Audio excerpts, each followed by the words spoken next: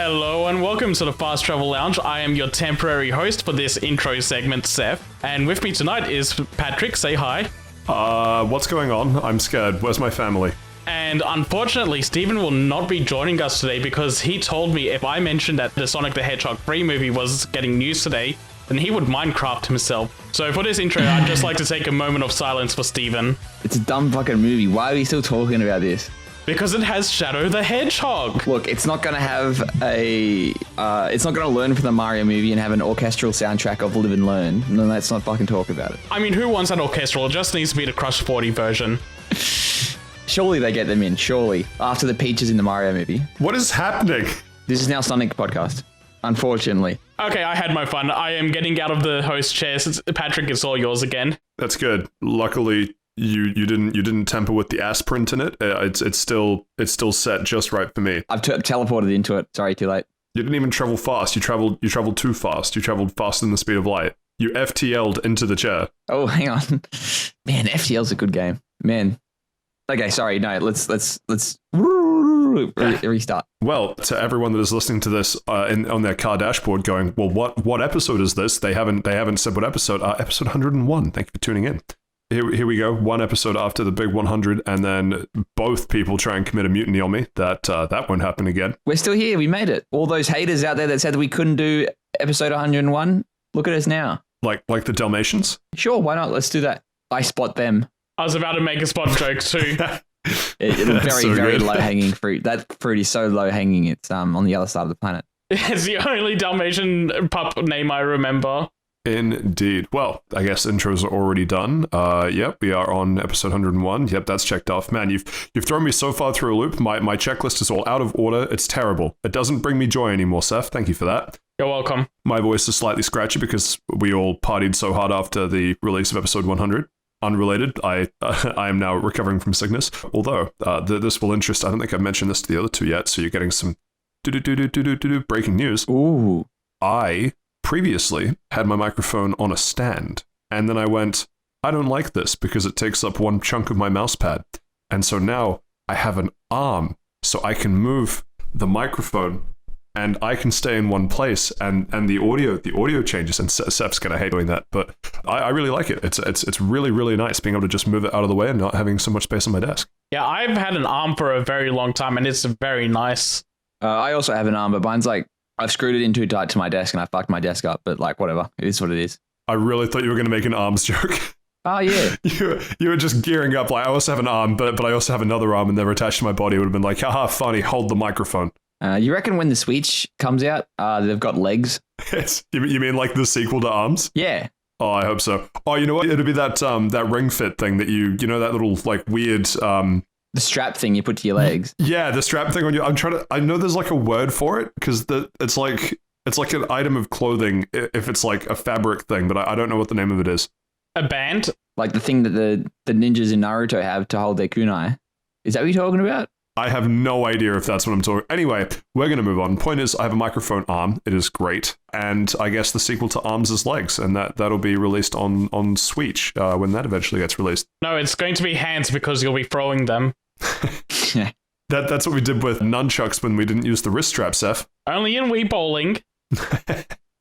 Anyway,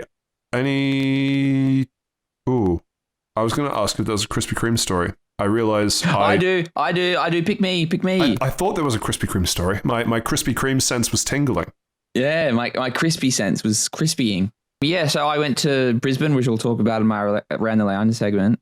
And on the way home, I'm at Brisbane Airport, a couple of hours to kill because I got there a bit too early. And I'm like, oh yeah, there's a Krispy Kreme here. Please, my good man, can I grab 2 donuts and a milkshake? And he turns around and he says, we got no ice cream, no milkshakes, brah. And I'm like, whew.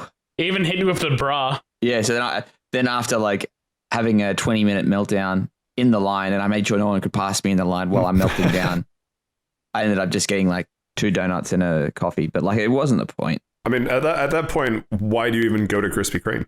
Yeah, it just unhappy time for me, an unhappy time for him because he was dealing with me, an unhappy time for the people in the line. Unhappy time for the toddler that you, I think, were I think you said you were like ruthlessly kicking in the head. Was that this trip, or was that a different trip to Krispy Kreme? That wasn't related to Krispy Kreme. This is just me carrying on by myself. That was just your school visit. Yeah, but I got because I've got a couple of Chrissy ones. So I got like a Christmas tree one, and all it is just like it's a donut, but it's got a Kit Kat inserted in it, so it looks like the trunk of a tree. I thought it was pretty clever. Pretty nice. Does Kit Kat know about this?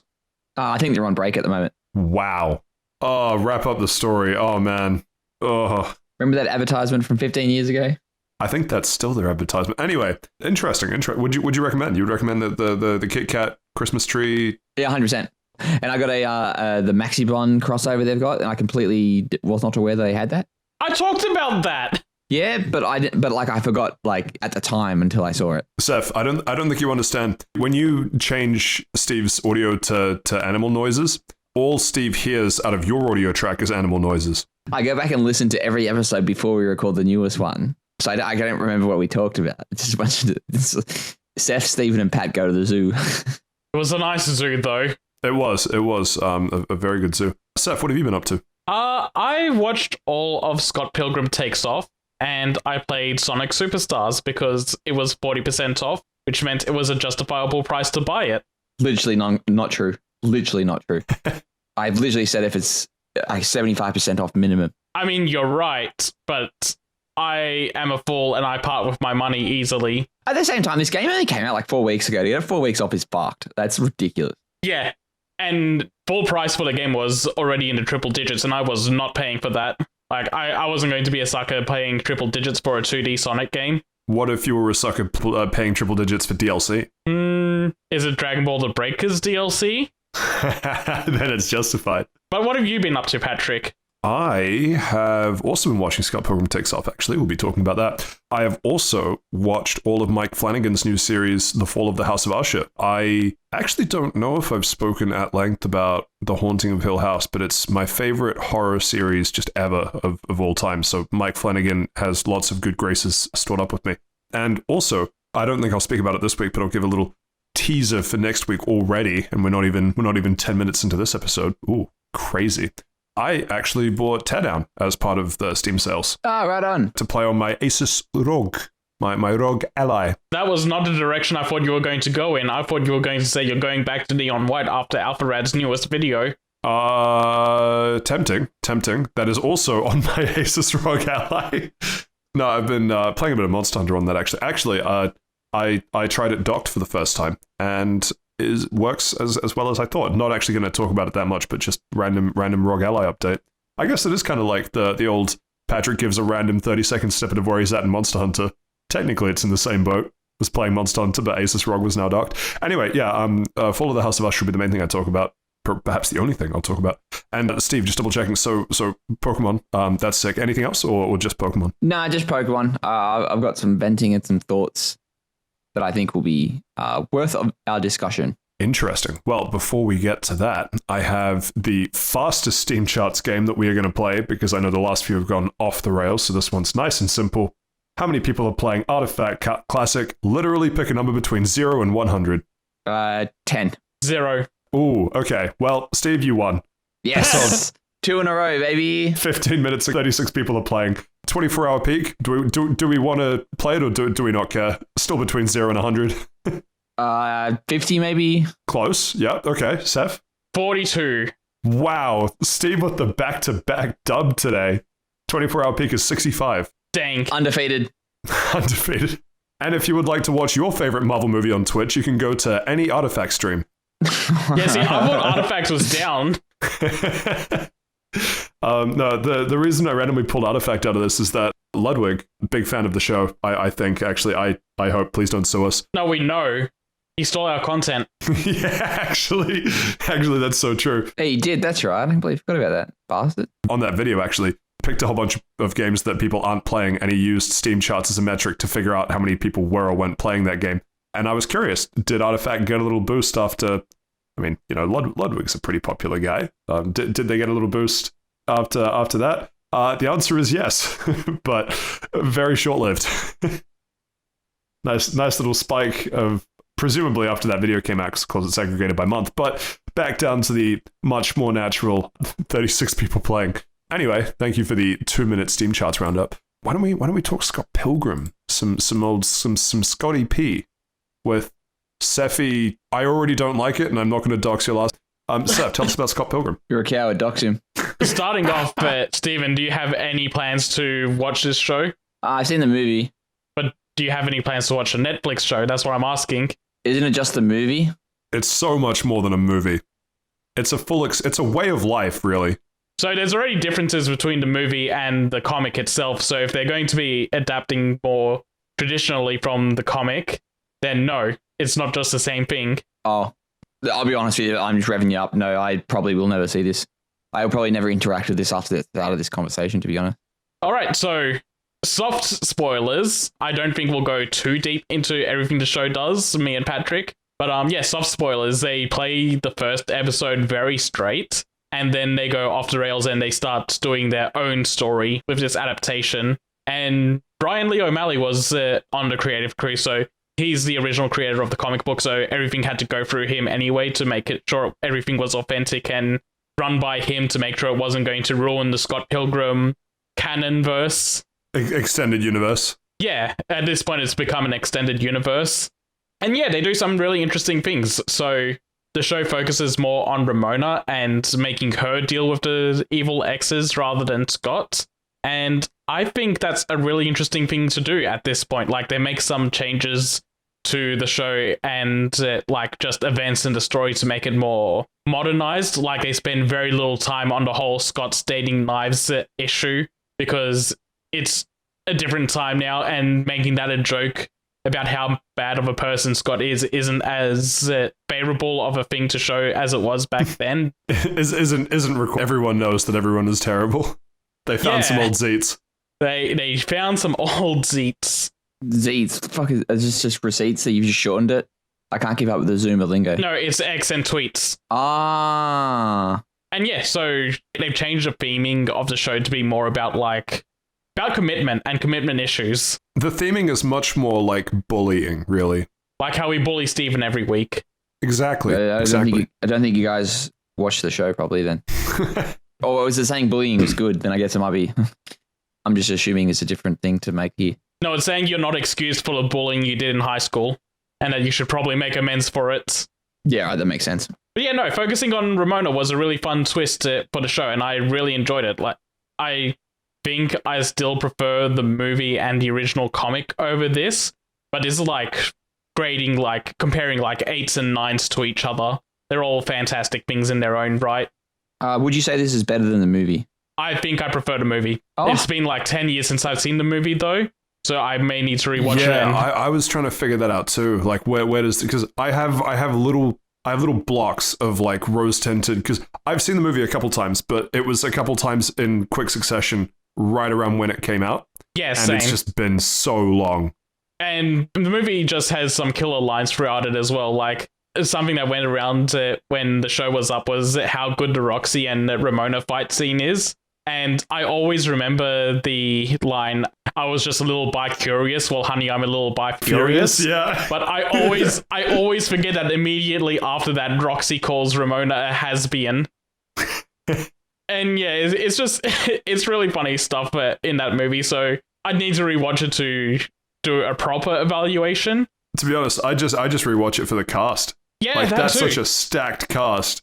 At the time, did not appreciate it because it came out, what, 2010? Yeah, 2010. Ago, yeah. 2010? Okay. So here I am as a 14-year-old. I know some names, but they don't really mean a lot to me.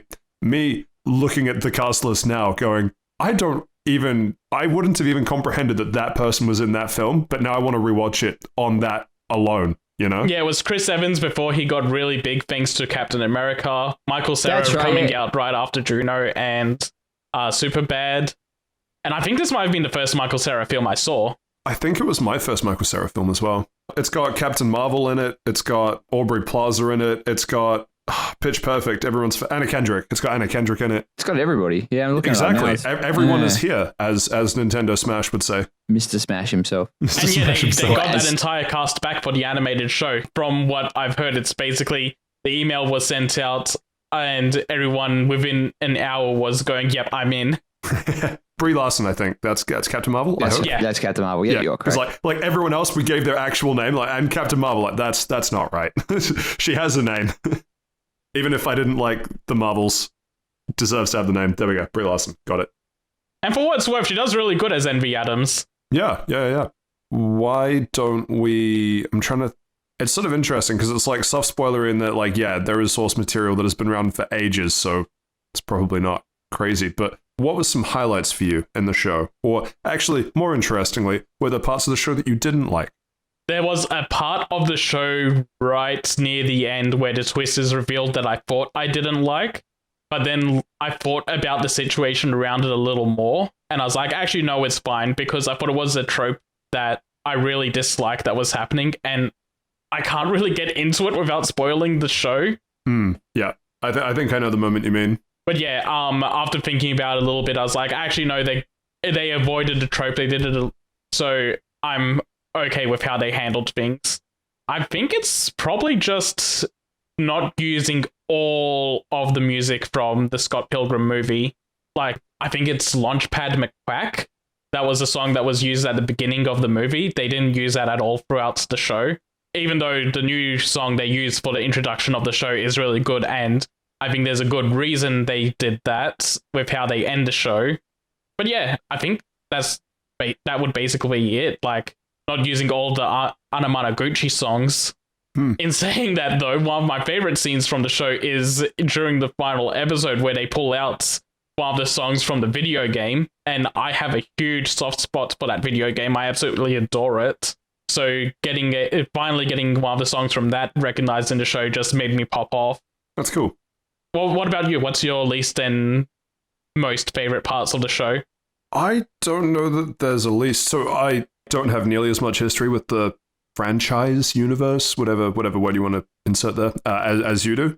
As I say, I remember watching the films a few times, but that's sort of it in terms of my exposure. To be fair, you make that sound like I have a good history with it. It's more, I watched the movie when it came out a couple of times. I played the game when it came out because a friend had it on their 360. Right, you pirated it, so you might as well have. And I read the comic for the first time a week before the show came out. Was the game any good? The game's a lot of fun. So, like, I'm still kind of right, though, right? Because, like, we've both seen the film a couple times, but then you've also... I've done the other things as well, but I just need to get it out there because the way it's phrased of I have more history, well, a better history with it is like, kind of, but not really, because I only did the adaptations at first. I didn't interact with the original at all until 3 weeks ago. Kind of, but not really, story of this podcast. Well, if you've got history with a podcast, it's sort of like got Pilgrim and Ramona Flowers. They've got history. I don't really know where that analogy goes, actually. I don't want to find out. I think there were a couple moments in the middle where I think I just sort of lost track a little bit as to what was happening and why. It almost got a little too zany, but every character was sort of playing their own zany situation straight. And I almost needed a recap sort of in the middle series of like, this is how we got here. Because I swear it was like a look away, look back, and every character is just totally at home in what's happening, but what is happening is so different to what was happening an episode ago. Yeah, things move quickly, and it's only 8 episodes, so there's not a lot of time to sit on things. Yeah, which, as I say, it's not that much of a complaint. That's probably... I just remember thinking that through episode maybe somewhere around like 5-ish of like, I've lost track as to what's going on here. Things that I liked.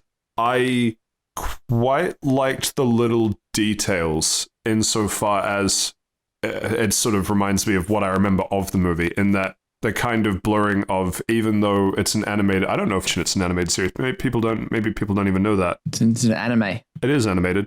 Made by the same studio that did Devilman Crybaby. Why'd you call Devil May Cry Baby? What? Yeah, there was an anime a couple of years ago called Devilman Crybaby. I thought you said Devil May Cry Baby, and I'm like, why'd they make a baby version of that? Okay, no, I've never heard of that show. I don't want you to explain it. No, I'm not going to explain it because I haven't seen it either, but I thought I'd bring it up in case anyone listening knows what the show is. No one does. Not a single person. If you do, comment. I'm going to become an expert. Someone is turning to the bus driver right now and asking them, and the bus driver is saying, "Leave me alone, I'm trying not to kill us all." That's not true. The bus drivers are always trying to kill us all. Anyway, I like the little details, like every episode done as a video game start screen, which I quite like in terms of the title of the episode in kind of pixely font or like stylized font, and then it'll be like insert coins or press A to join or press start or something. Nice little touch. There's a couple moments where a character will kind of zanily, I think in the context of the universe, they do actually kill someone, but that person just disappears into coins. And I'm like, that's a nice touch. But also, I think murder was committed. A little bit. It's been explained by the creator that so whenever someone dies in a fight, they just respawn back at their house. It didn't look like much of a fight. gotta say. So that was cool. The little character introductions, which maybe it's a bad comparison, but I think of it in sort of like the Borderlands-y titles of every so often there'll just be like a quip or some sort of jokey bit, which I just appreciated. I'd give my favorite ones, but that would give away some of them. But towards the end, the twist, some of the character cards around the twist, I quite enjoyed. If that gives you enough hints, Seth. But I think that I appreciated the most was I got deja vu when. So I don't think this is a spoiler. They in every episode have Ramona changing her hair, and it's basically the same sequence played out, just with different colors. Yeah, and so. I'm the sort of person that just, if I see a pattern, I just kind of lock on to that pattern. And so I had the weirdest deja vu sense on episode 2, thinking, I swear I've seen this sequence before. And then realized, so it's quite a cool sequence in terms of going through the process of dyeing her hair and everything. It's only like a 15, 20-second sequence. And then she wipes the mirror and it reveals what her hair color is. And it's just a really nice kind of grounding touch. I can't really explain it. I really enjoyed that was a consistent thing through, no matter how weird or whatever the episode was doing, that in this sort of grounding thing of, this is a different episode, a different day, a different whatever, because the sequence would happen. Yeah, this is how Ramona starts her day, and this is how we're starting the episode. Yeah, pretty much. And so, deja vu in episode 2 going, I swear I've seen this before. How... Like, what happened? And then, oh, okay, now I get it. That's actually quite cool. I really enjoyed that. More like deja vu. Nothing like that, actually. I kind of wish they went a little more all in on it, and instead of her just dyeing her hair, she was also changing her hairstyle. Because that's what she does in the comics. That she's like, oh yeah, every like 2 to 3 weeks, I change my hairstyle completely. And one of my favorite looks is from like the middle of the comics where she's got like the emo bangs, where one eye is covered by her fringe, and not getting that animated was a little bit of a disappointment. Are you saying, I think I missed, you know what? Is that a design choice, or is it like it's too hard to animate? I think it would have just been a design choice, or like just have every episode keep her to one consistent style rather than switching it up every episode. I think there's a few choices made there because I didn't actually pay a huge amount of attention to this, but just off rip, I'm pretty sure the only thing that changes across the characters are their clothes and Ramona's hair. Yeah. And if they were to change styles as well, given how zany it gets at times, you would actually just be lost. Like, unless you knew who each character was. If you just saw a character with a different hairstyle, you might just think they were an entirely different character. Yeah, there'd be like 7 or 8 different model sheets to keep people on track as well. It's just easier to keep the one style to keep it consistent across the entire season. Yeah, I think so. What else do you want to hit on your review of this, Seth? I don't really have a direction for the rest of this to take. Yeah, no, basically anything else would be just kind of too spoilery to talk about. But overall, I really enjoyed this. A lot of the action sequences in it were a lot of fun. The writing and comedy in it is fantastic. Even just like small character interaction bits are fantastic. Like there's a couple in this show where when one of them's leaving, one of them will yell out, "All right, love you, gonna miss you," and the other one yells back, "I'll miss you more." And everyone online has taken that scene and just gone relationship goals. It's done a little more explosive than the way I said it, but yeah. But yeah, overall, really fantastic show. I highly recommend it. And like I said before, Scott Pilgrim at its worst is like an 8 across the board for the series. Okay, final question. Scott Pilgrim versus the world, who wins? Well, we've seen how all of those go. Scott Pilgrim wins. Okay. Scott Pilgrim versus the cost of living. Who wins? Got Pilgrim still because he's got Wallace's credit card. Well, that means the banks really win. They're posting record profits. They're always going to win. No, stop spending money. Shut up, banks. Scott isn't struggling, which means he's winning. Which is funny considering how much he's mooching off of his roommate. It's literally everything except his own coat. That's not a spoiler. They established that in the first episode. Anyway, overall, out of 10, what would you rate it? And where did you watch it? An 8, and the only place you can watch it is Netflix. The Pirate Bay. Oh, yeah, no, Netflix. Yeah, that's pretty funny. We both said Netflix. Yeah, I used Steven's mum's credit card to get Netflix. You know what? It's not funny. So I gave her a very big talking to a couple months ago about the problems with streaming services because she had like 5 of them or something ridiculous. Yeah, we got a few of them. We've got like, actually, I think at the moment we only have Netflix and Binge. You can get rid of both of them. So there's this thing called the Pirate Bay. Trust me, I know. Anyway, we're going to move on before the rest of this episode becomes demonetized, and we can't have that now, can we? Hold on, Patrick, you're not getting away from this. What do you rate it? I'd say solid, definitely solid 8 material. I think I'd recommend it. There are cartoons / animated series that I like more. I don't think that's too controversial to say, but I like this one as well. Yeah. So 8 out of 10 for me. I can't really explain what it could have done better to score higher, but at the same time, it's just like the feeling of this is the right score for it. Yeah. It's not your job to tell them what it could do better. Like, it's like they're giving me a product. They have to figure it out and they try again. And you're like, yeah, 8.2. And they're like, fuck. That cost us $7 million. Yeah, and to kind of cap off the conversation, I saw recently an article came out where they said they're not sure if there's going to be a season 2, like nothing's been confirmed or denied yet, but they wrote... Hey, Velma got a season 2, anything's possible. Yeah, but they wrote this to be like a 1-season story so that the ending would be satisfying in case they didn't get renewed.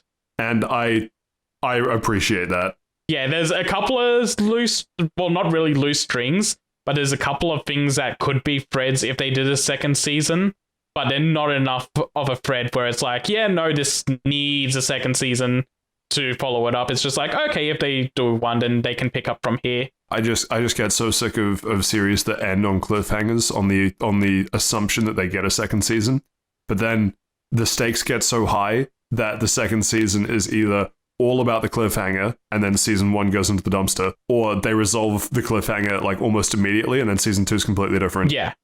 It's just like, guys, like I get it, but also fuck you. They were ambitious. Perhaps too ambitious. Perhaps they need to get checked by old Scotty P when he eventually kills the world. Why don't we shift to some Pokemon chat? Steve, how did you get on? How many children did you make cry? And I'm not talking about the Pokemon tournament. So all the people in the line at Krispy Kreme were children under the age of 6. So when I was having my tantrum, all of them were crying. And they all missed their flights. Did you give them your Switch cartridges to lick at the very least? No, they kept throwing them on the ground. God, I told someone that story while I was at Brisbane, and they were they said some very choice words, and I'm like, I don't think you can say that about a child, man. But the child wasn't there, so it's okay.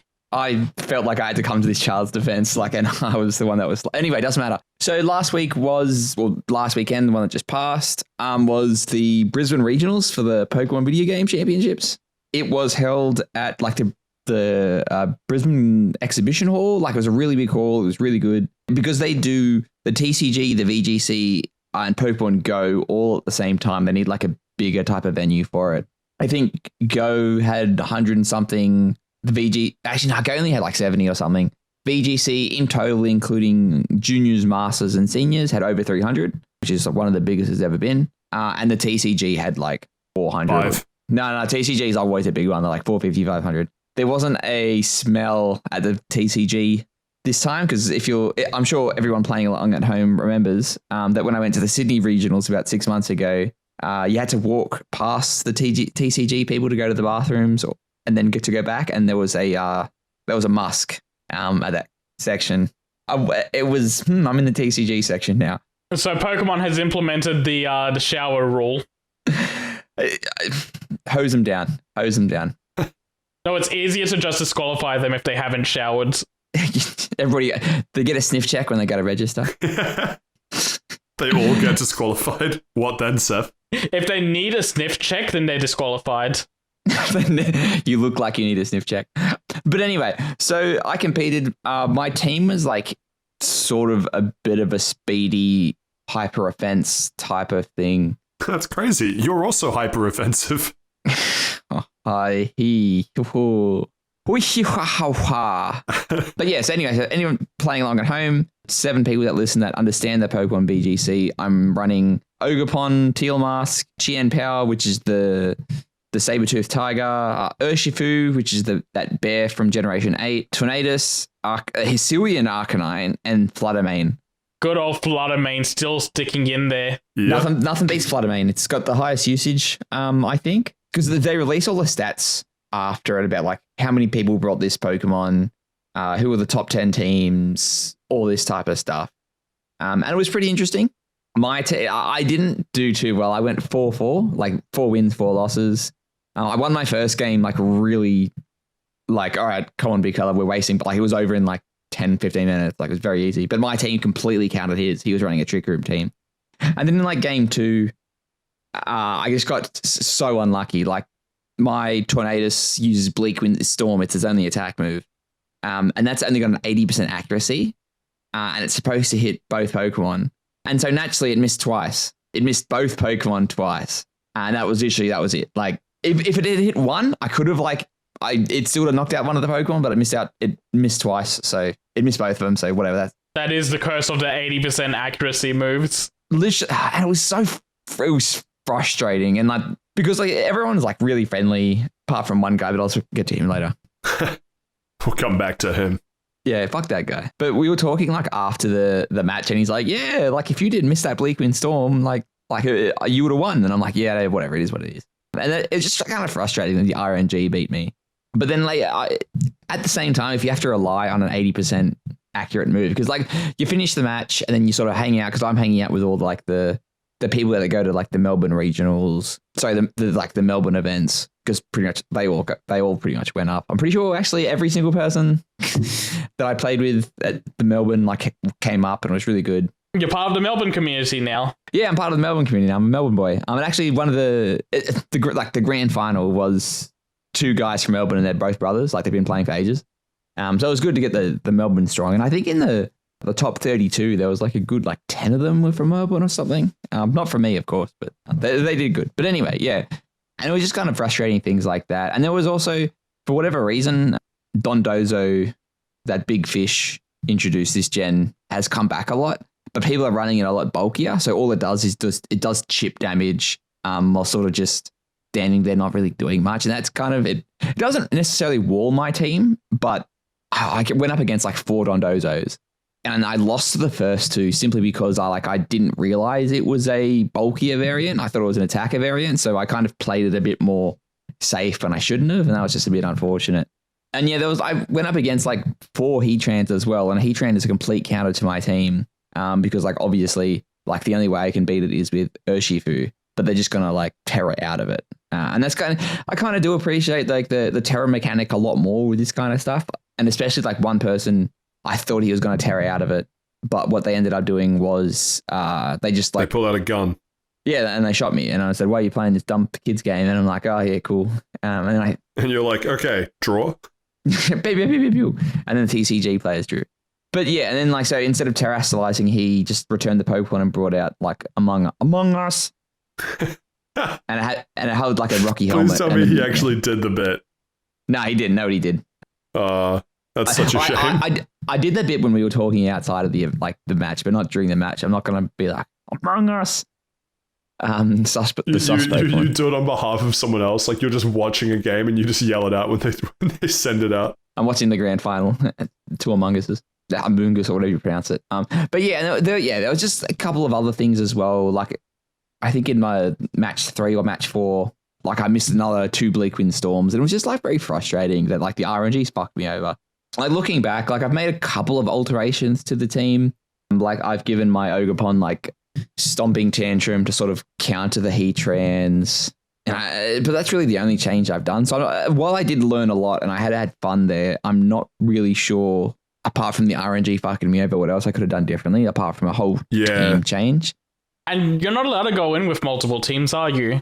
It's the one team and you're stuck in. Yeah, no, one team and you're in. And there was a couple of like team sheet errors as well. So let's say I say my Pokemon's got Shadow Ball, but it actually doesn't have Shadow Ball. It's got like Shadow Sneak or something. That's like a team sheet error. And usually, like if you bring it to a game, it's an automatic game loss.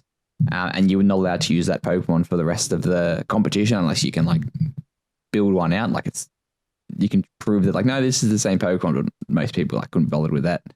Especially if like because if you've got a team sheet error on a move, they'll go and check your like, because you give them your stats. You don't give them your IVs and your EVs. You give them like the stat block. And it's like, well, you've said it's got 333 HP, but it's actually got 338 HP. Like it's not the same. So they might just like disqualify it or take that away from you, depending on how strict the judge is being.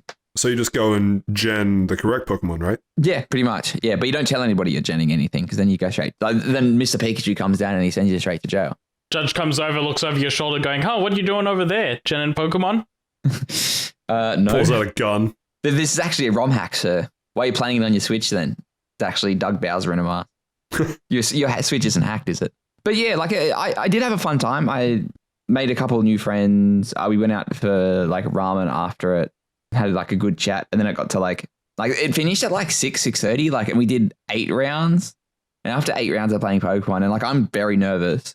To the point before my matches, I go for a quick lap around the convention center. Like I'll be like mid conversation to someone, like, all right, well, I'm going to go for a nervous dad walk. So I'll see you. Good luck with your match. And I just went for like a walk around, just sort of calm my nerves. But yeah, like we went out for lunch, for dinner. I got like 1 beer and I was like, everyone's falling asleep at the table. So I was like, yeah, all right, bedtime. But that is what it is. I'd like to think that I've learned something. What that something is, I don't know. Yeah. I don't know. It kind of seems like bittersweet. Like I ended up coming like 78 out of 200 people, 216 people registered. But by the end of the day, there were only 189 or 190 or something. Because like people drop out, and if they drop out, it doesn't get counted for the full tally. Or people register and they end up showing up. So it's a $45 wasted. That's still the top 50% though. It is. But I don't get championship points unless I'm in the top 64, I believe. And I need 400 championships to go to Worlds. Realistically, I'm not going to make it to Worlds. I'm not that good of a player. But like, yeah, and if you come, I think it's top 2 in a regional, you automatically qualify. Or maybe it's just top 1 in a regional. Or maybe if you win a regional, you automatically qualify. You can just go to Worlds as a spectator as well, right? I'm not going to do that. No, but I'm just asking in general. Yeah, you can. Yeah, you've got to pay money for it. So when you say regionals in that sense, do you mean regionals like Australia or regionals like the top 2 from Brisbane could go to Worlds? Yeah, no, the latter. Like it was the Brisbane regionals, and if you win the Brisbane regional, you qualify for Worlds automatically. Wow. I feel like if you do that all over the world, you have a lot of people that can go to Worlds, don't you? Yeah, and Worlds is a 3-day event as well. So, and I think they have more than 600 people attend, and they're growing it every year as well. They're just trying to make it, and because they've got like regionals all the time, it kind of, and because I watch a lot of like the regional events that are going on, it is you see the same type of people show up. Yeah, I was going to say, it's just the same guy that just constantly gets like top 2. Yeah, and there's this one guy, I think his name's Chopper Cross, and I think he's come like top 8 like the last 4 regionals. And I'm pretty sure he's got enough championship points to qualify for Worlds. So there's no need for him to come anymore. But he's never won a regional. And if you win a regional, you automatically qualify, plus you get like a travel allowance to go to Worlds. And Worlds next year technically is in Hawaii. So maybe he needs a travel allowance or something. But yeah, and it is a bit of a shame that like other regionals are being streamed, but they didn't stream this regional. Like there was the Brisbane regionals and there was some regional in like Poland or something, or in Spain maybe or something. But like that was being streamed. So everyone, like all the Australian players are like, oh yeah, no one really cares about us type of thing. It's a bit unfortunate, but like a lot of people showed up for it. It was some high quality games. And I did have a good time. Just unfortunate performance. And I'm taking a bit of like a 2 or a 3 week break from going to like tournaments and stuff, just to sort of reignite my passion for it. Well, because it'll be Christmas. No, they've got events leading up until Christmas. They've got 2 this weekend, 2 the weekend after. See, how does that work? Because you can't have a regionals every couple of weeks, right? Because then you just have 1 million people qualifying. Yeah, so sorry. So those are locals. So local events are usually held in like a game shop or something. Usually they cap the players at about 32, but realistically only 16 people show up. And if you win a locals, you'll only get about 30 championship points, and you don't automatically qualify for worlds. Like, because then that would completely fuck the numbers. And when I think for the Oceania region, you need 300 championship points to qualify. Like, let's say you don't win a regional, you just go the championship point way. So you need to win 10 locals. You need to win 10 locals, yeah. And like, I think it's 30 if you win, 20 if you come second, or 10 if you make top 8. -5 if you come third. Oh, yeah, and like depending on the size, they won't even be a top 8, it'll be a top 4. Apparently there are events in like regional areas that like 5 or 6 people will show up to.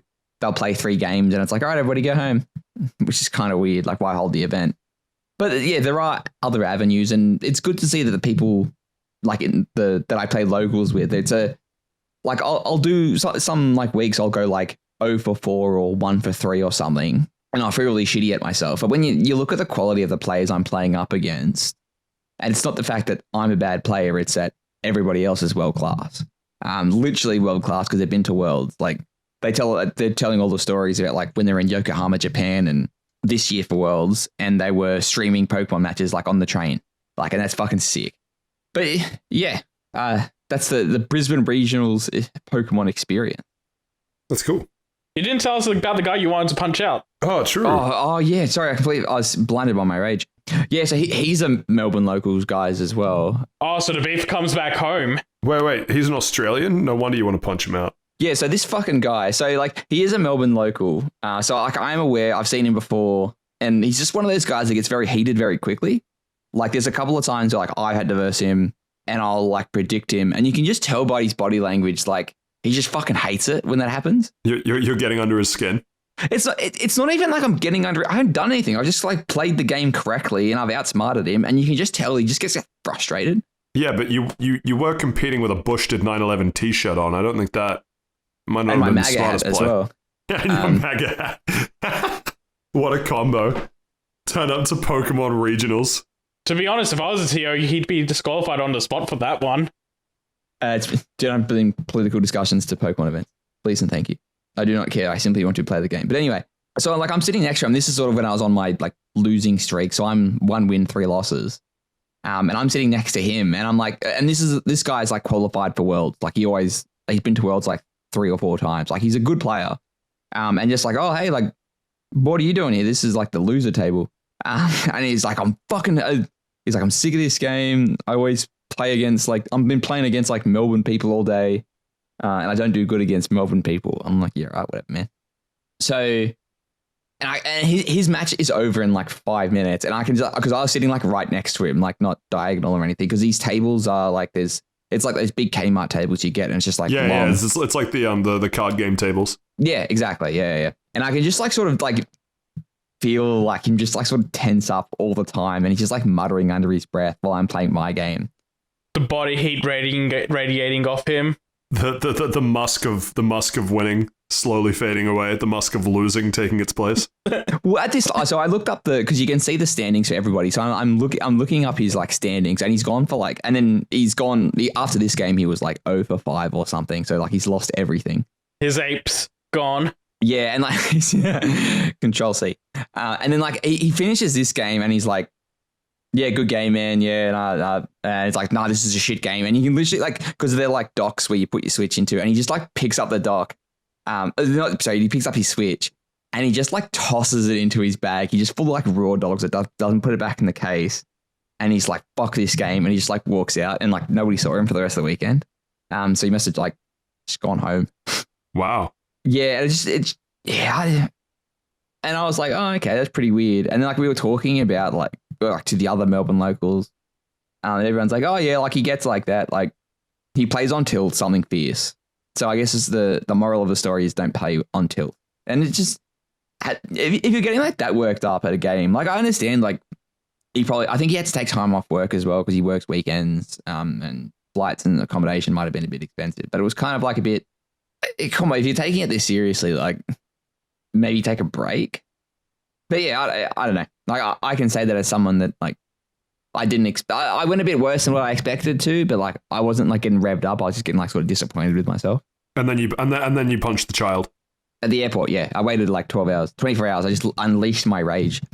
But yeah, that's Brisbane Regionals. Like, I'm really glad I went. Don't get me wrong. And the Melbourne Regionals is in February or something. And I'm so glad I won't have to do flights and accommodation, because I did the flights a bit last minute, so they were a bit more expensive than they should have been. Yeah. But yeah, Pokemon, love it. Patrick, when are we getting into the VGC? Never. I already have such little time. Getting into VGC would suck, and I play on Tilt Something Fierce. I'm actually from Melbourne, and I've been to Worlds 3 or 4 times, and boy, man, I fucking hate it when I lose, fucking dumb game.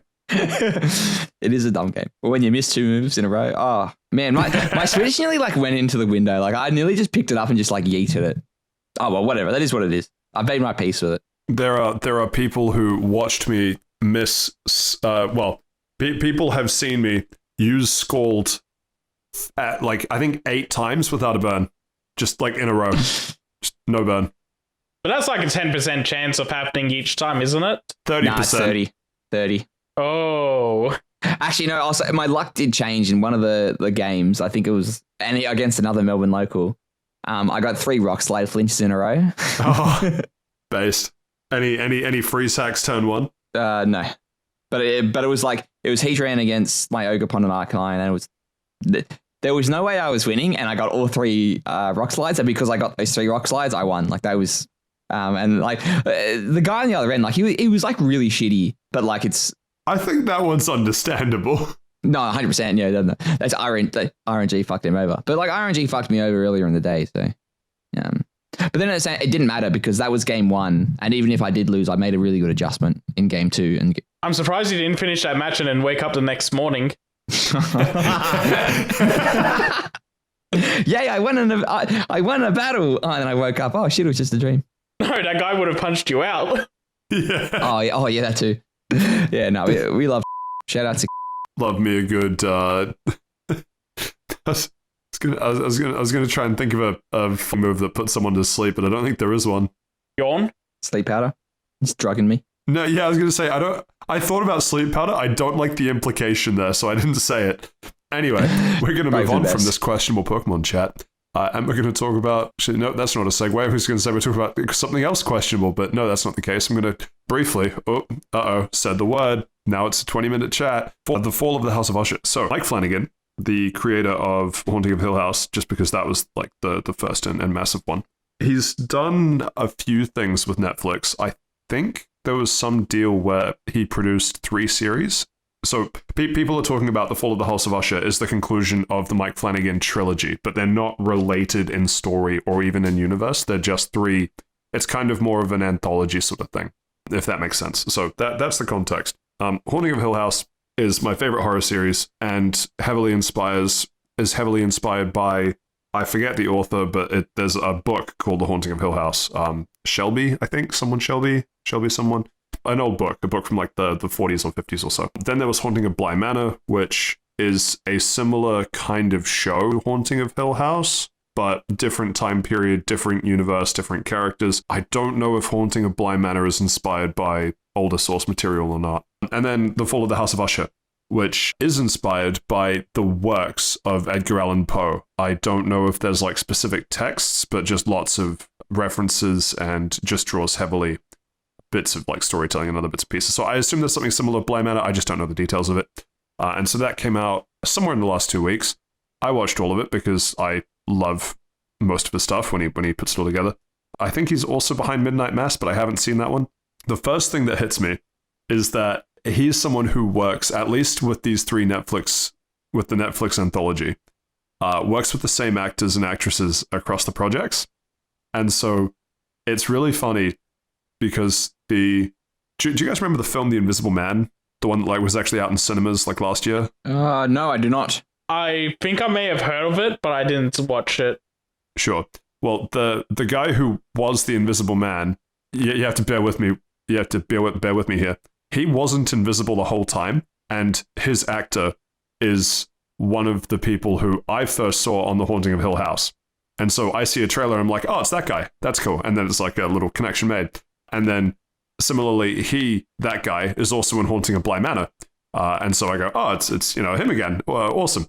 playing a completely different character and everything, but same actor.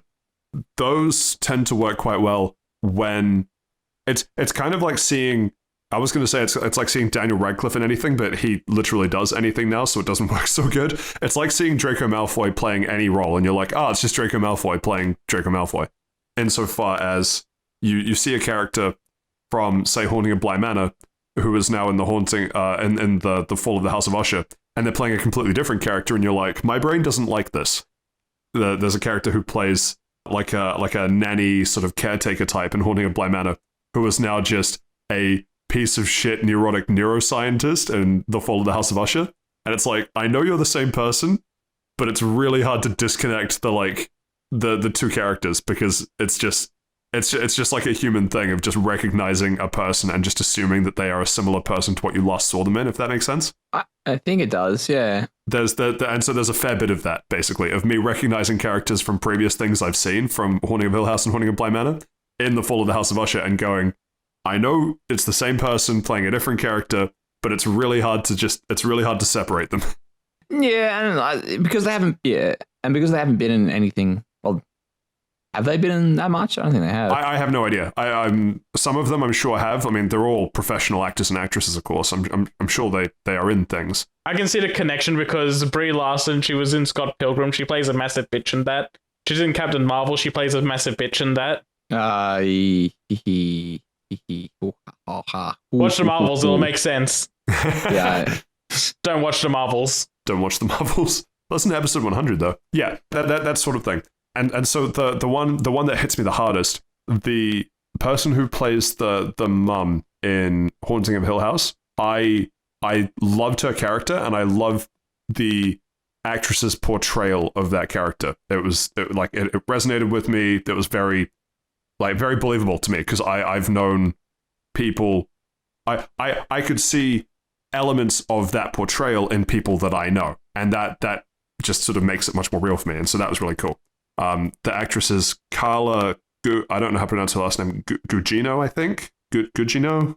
An American actress. So she plays this like amazing person who I really resonated with the character, really loved her character in Haunting of Hill House. And so she's kind of not the protagonist, but like a good person, at least, in the context of Haunting of Hill House. She is now the antagonist in The Fall of the House of Usher. And it is just a wild trip to see, like, on one hand, favorite horror series and a person playing one of the pivotal characters to my favorite horror series. And then on the other hand, just playing evil, basically. And it's like, that's a different thing. And what was funny is I was reading around online, other people were also just considered by that, because she is typecast in Mike Flanagan works as kind of like a sort of grounding protagonist type. And so for her to play the antagonist is quite new in the Mike Flanagan works as well. So that's really interesting. That's sort of besides the point. I think all of this is trying to give context of like, it's hard for me to just talk about the Fall of the House of Usher without also mentioning other things that Mike Flanagan has done, because it all sort of builds together. Fall of the House of Usher itself is about a family, like it's sort of like a family house, like the House of Usher. It's a very powerful family that runs a drug company. And isn't Usher that rapper that pissed on everyone? Not the one that pissed on everyone, I think. I think that's not P. Diddy. R. Kelly. R. Kelly is the one that I think pissed on everyone. R. Kelly, yeah. But Usher is a rapper, as far as I know. Different, no relation, I assume. And so the whole thing is set in the context of the head of the House of Usher having a conversation with a state attorney in an old house, and then recounting the sort of how did we get here events of the last week that explains why they're here and expanding on the story and that kind of thing. So the whole sort of double timeline split thing that goes on. It still draws quite heavily on the kind of like horror-y elements, and it does really well with drawing off of Edgar Allan Poe for a lot of that. It's really interesting thematically to me, because again, really hard for me not to just compare it to Haunting of Hill House, because it is just my favorite series, so that'll just always be the comparison point of like, this is the bar. But Haunting of Hill House had a quite distinctive characterization of this is the main character.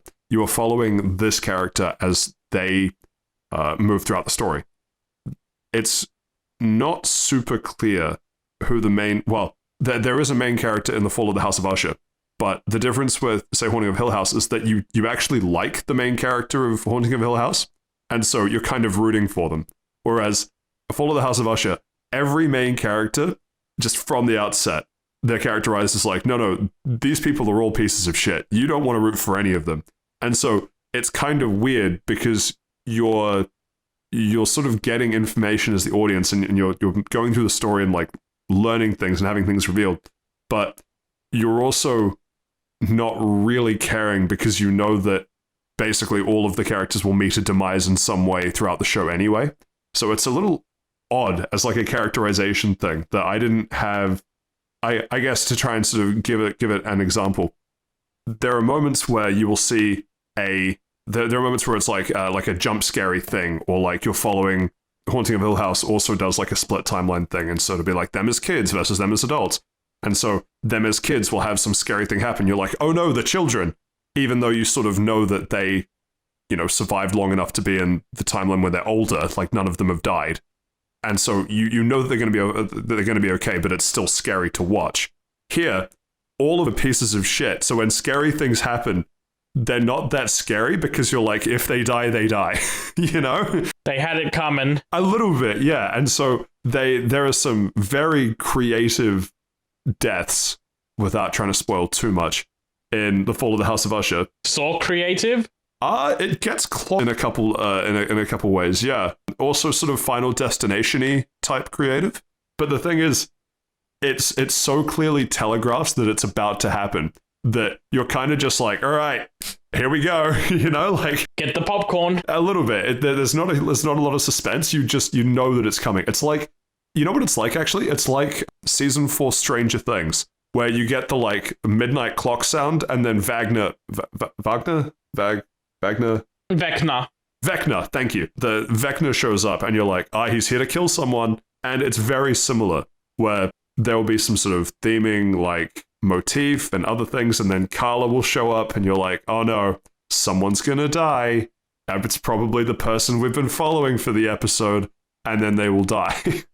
So, I don't know. For me, it sort of misses the mark a little bit because I don't want any of them to live, so I'm not rooting for any of them to live. And in the end, the antagonist becomes the protagonist because they're getting rid of everyone you want to die. Kinda, yeah. But what was more interesting for me than that was that, so that's sort of what I assumed it was going to be. Bad things happen to bad people. That's all fine. And then it really, I don't think it's a twist, but it just shifted gears. And it became so real about the second to last and the last episode of just basically they did everything other than taking the names of the people behind fentanyl, the whole like opioid epidemic. There's like another Netflix series. I think we've discussed it briefly and I was going to watch it. I just haven't yet, like Overdosed or something, about like the company behind the opioid epidemic in the States at the moment, or one of the companies, because I assume there's multiple. Apparently that's really good. Yeah, something like that. Yeah, apparently it's really good. I've heard it's really good too. I just haven't seen it yet. And so the last 2 episodes, they basically just make it entirely in the context of that, and then that's the rest of the show. And it becomes so much more fascinating because that's when you get really they did way more character exploration of it's. I'm trying to think of like how to like convey it without spoiling it. It's stuff like what is the value of a human life thing, of like, if you had to kill this many people, but you knew that you would get this much money, where's the line? That sort of thing. And so $3. It's really interesting. You do it for like some Scooby snacks. You love to see it. And so that's where it got really interesting for me. And the whole finale is really, really good at just, it's not even everything coming together. It's one of those like, there's lots of media where it's designed to do the whole really makes you think, huh? At the end of the finale. It turns to the camera. Wow. Yeah, a little bit. And it feels shoehorned a lot of the time, to me at least, of like, that wasn't really the point, but we can get some like messaging in here as well, and it all just ties together and blah, blah, blah, on it goes. This one did, I think, the best job of just being like, bad things happen to bad people, but what were the steps taken by the bad person, knowingly, like willingly or unwillingly, to get to where they are? It wasn't an accident that they ended up running this large pharmaceutical company. It wasn't an accident that this was the sort of upbringing that they had that started driving those sorts of decision-making processes and ideas and things. And that was when it got really interesting for me. And so it's interesting in that The Haunting of Hill House is really good the whole way through because it just does a wonderful thing of storytelling. But to have some of the context of the fall of the House of Usher just be literally what is happening in the States right now with the opioid crisis, it goes from it's a horror that changes up. Like, Haunting of Hill House has some supernatural horror. Okay, fine. Fall of the House of Usher has some supernatural horror. Okay, fine.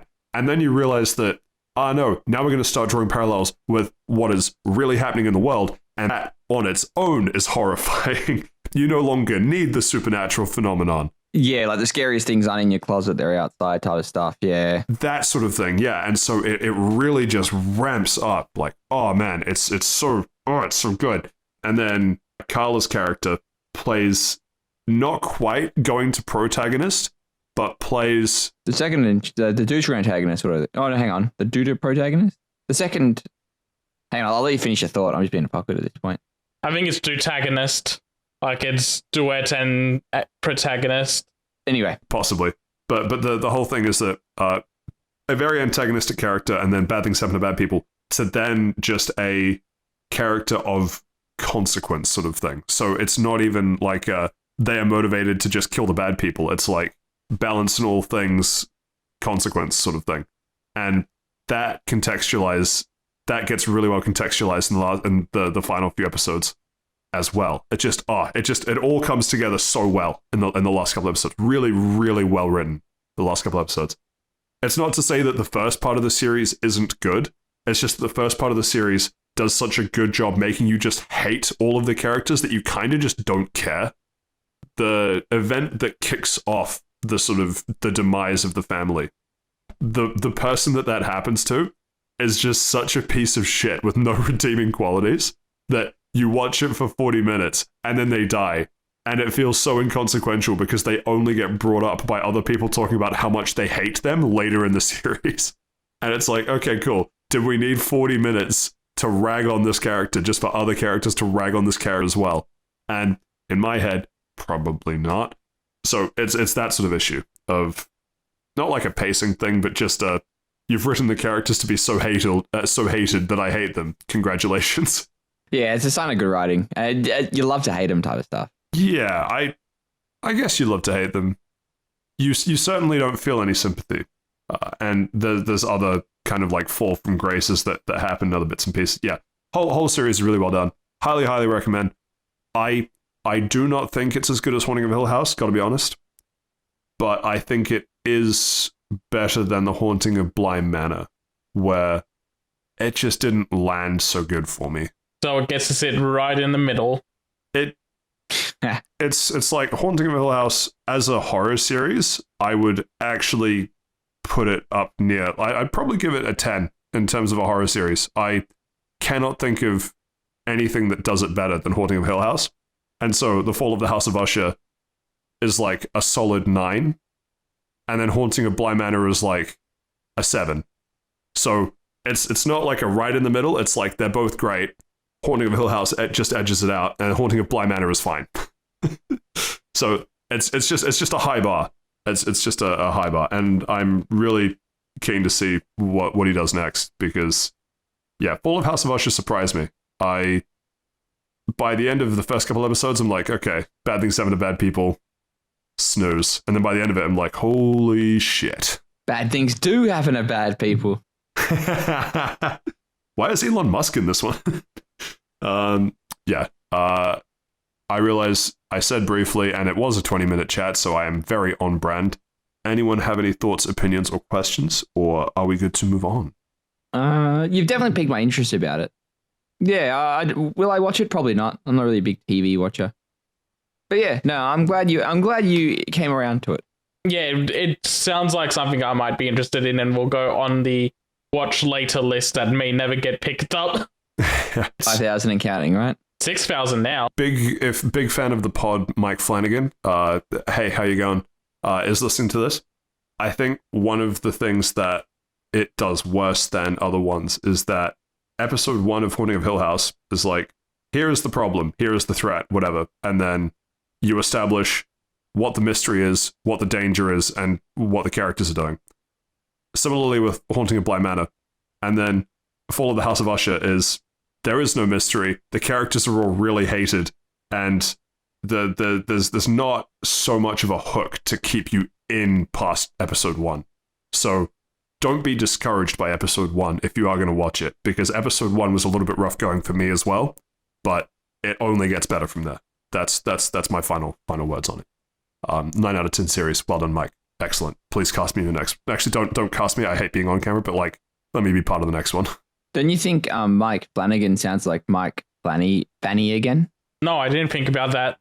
Not even once. Steve, I've just spent 21 minutes discussing horror. That is more horrific than all of that put together. Yeah. Fanny's not that bad. No, but you saying Fanny is that bad. The real question is, how bad is Sonic Superstars, Seth? Not that bad. That good, eh? Not that good either. Oh, that bad, eh? Let's see. How do I say this? The game is very good until it decides it doesn't want to be good anymore. What? Based. It knows what it is and it's not afraid of it. I love that. I don't want to be good anymore and the game's shit. Yeah, the game actively shits on the floor when it decides it doesn't want to be good anymore. And then makes eye contact. So Sonic Superstars, this is the newest Sonic game. It's a 2D one this time. They got RZS, the people that behind our favorite punching bag, Balan Wonderworld, developed it. No Yuji Naka though, so it might stand a chance. And yeah, without Yuji Naka, it did stand a chance. Fun fact for it as well is that Naoto Oshima, who was on Balan and owns RZest, he was the original designer for Sonic. And this is the first Sonic game he's been involved with since Sonic Adventure 2, I think it was. And he also like lead developed Sonic CD, which is one of my favorites of the old style 2D Sonic games. My favorite part was in Sonic CD when they said Sonic CD's nuts. They're nice, buddy. They're nice. Animal noises are right around the corner. Every time you talk, it will be replaced by a Sonic ring noise. What do you mean? We just have to make him flinch from a rock slide, and then we keep doing it. We keep making him flinch, and then he can't do it anymore. That's not funny at all. In the end, this ended up like in the middle of the 2D Sonic games that I enjoy when compared to the older ones, and not counting Sonic 4 at all because that doesn't deserve to be ranked anywhere near these. Mania is still a lot better, Sonic 3 is still a lot better, but this is coming around the levels of CD and Sonic 2 for me. And that's essentially because I really like the stages in this game. They do a lot of fun gimmicks throughout them, like every zone has its own unique gimmick to it. Like around the middle of the game, there's this level called Press Factory, and the first act of it. So the usual thing with classic Sonic games is that you want to try and take the high path because that's the fast path and the most rewarding one. Oh, is that actually true? Yeah. Someone told me that one time, and I'm like, yeah, sure, whatever.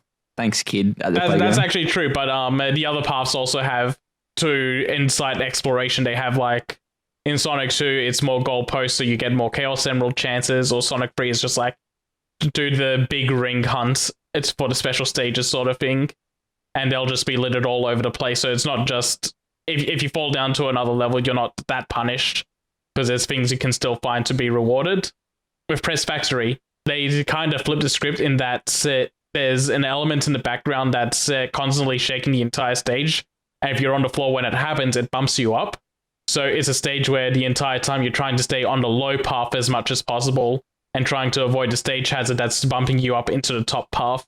And yeah, it's just like a bunch of the stages have unique gimmicks that are kind of on that level where they try and flip the script of what a usual Sonic stage would kind of have behind it. But is that a good thing? Like, I'll take the point. I'm not a Sonic fan in any sense of the word. But from everything I've been hearing about this game, is that those unique twists aren't good. like they have the formula perfected. Why change it? Like, why put pants on your head when they fit your legs perfectly?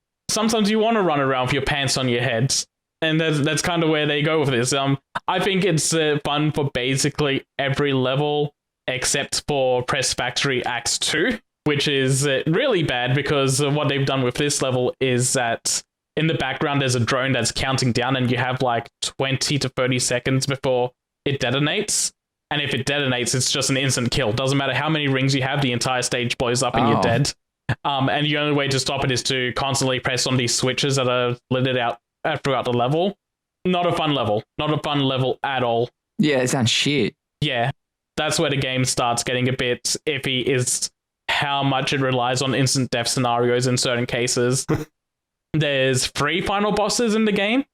So you get one for the main story. Wait. Seth, help me out good, here. You said something. What is the final chapter of a book to you? The final chapter, the last chapter. What would the final arc of your favorite story be to you? The final arc. What would the final fantasy be? No, that's There's bad. 16 No, we're of not gonna. those. No. At minimum. Bad one. So when you say 3 final bosses, what the fuck? There's multiple campaigns, and each campaign gets a unique final boss. Okay, I'll allow it. So there isn't a final boss. It's just like story A has this, story B has this, story C has this, and that's it.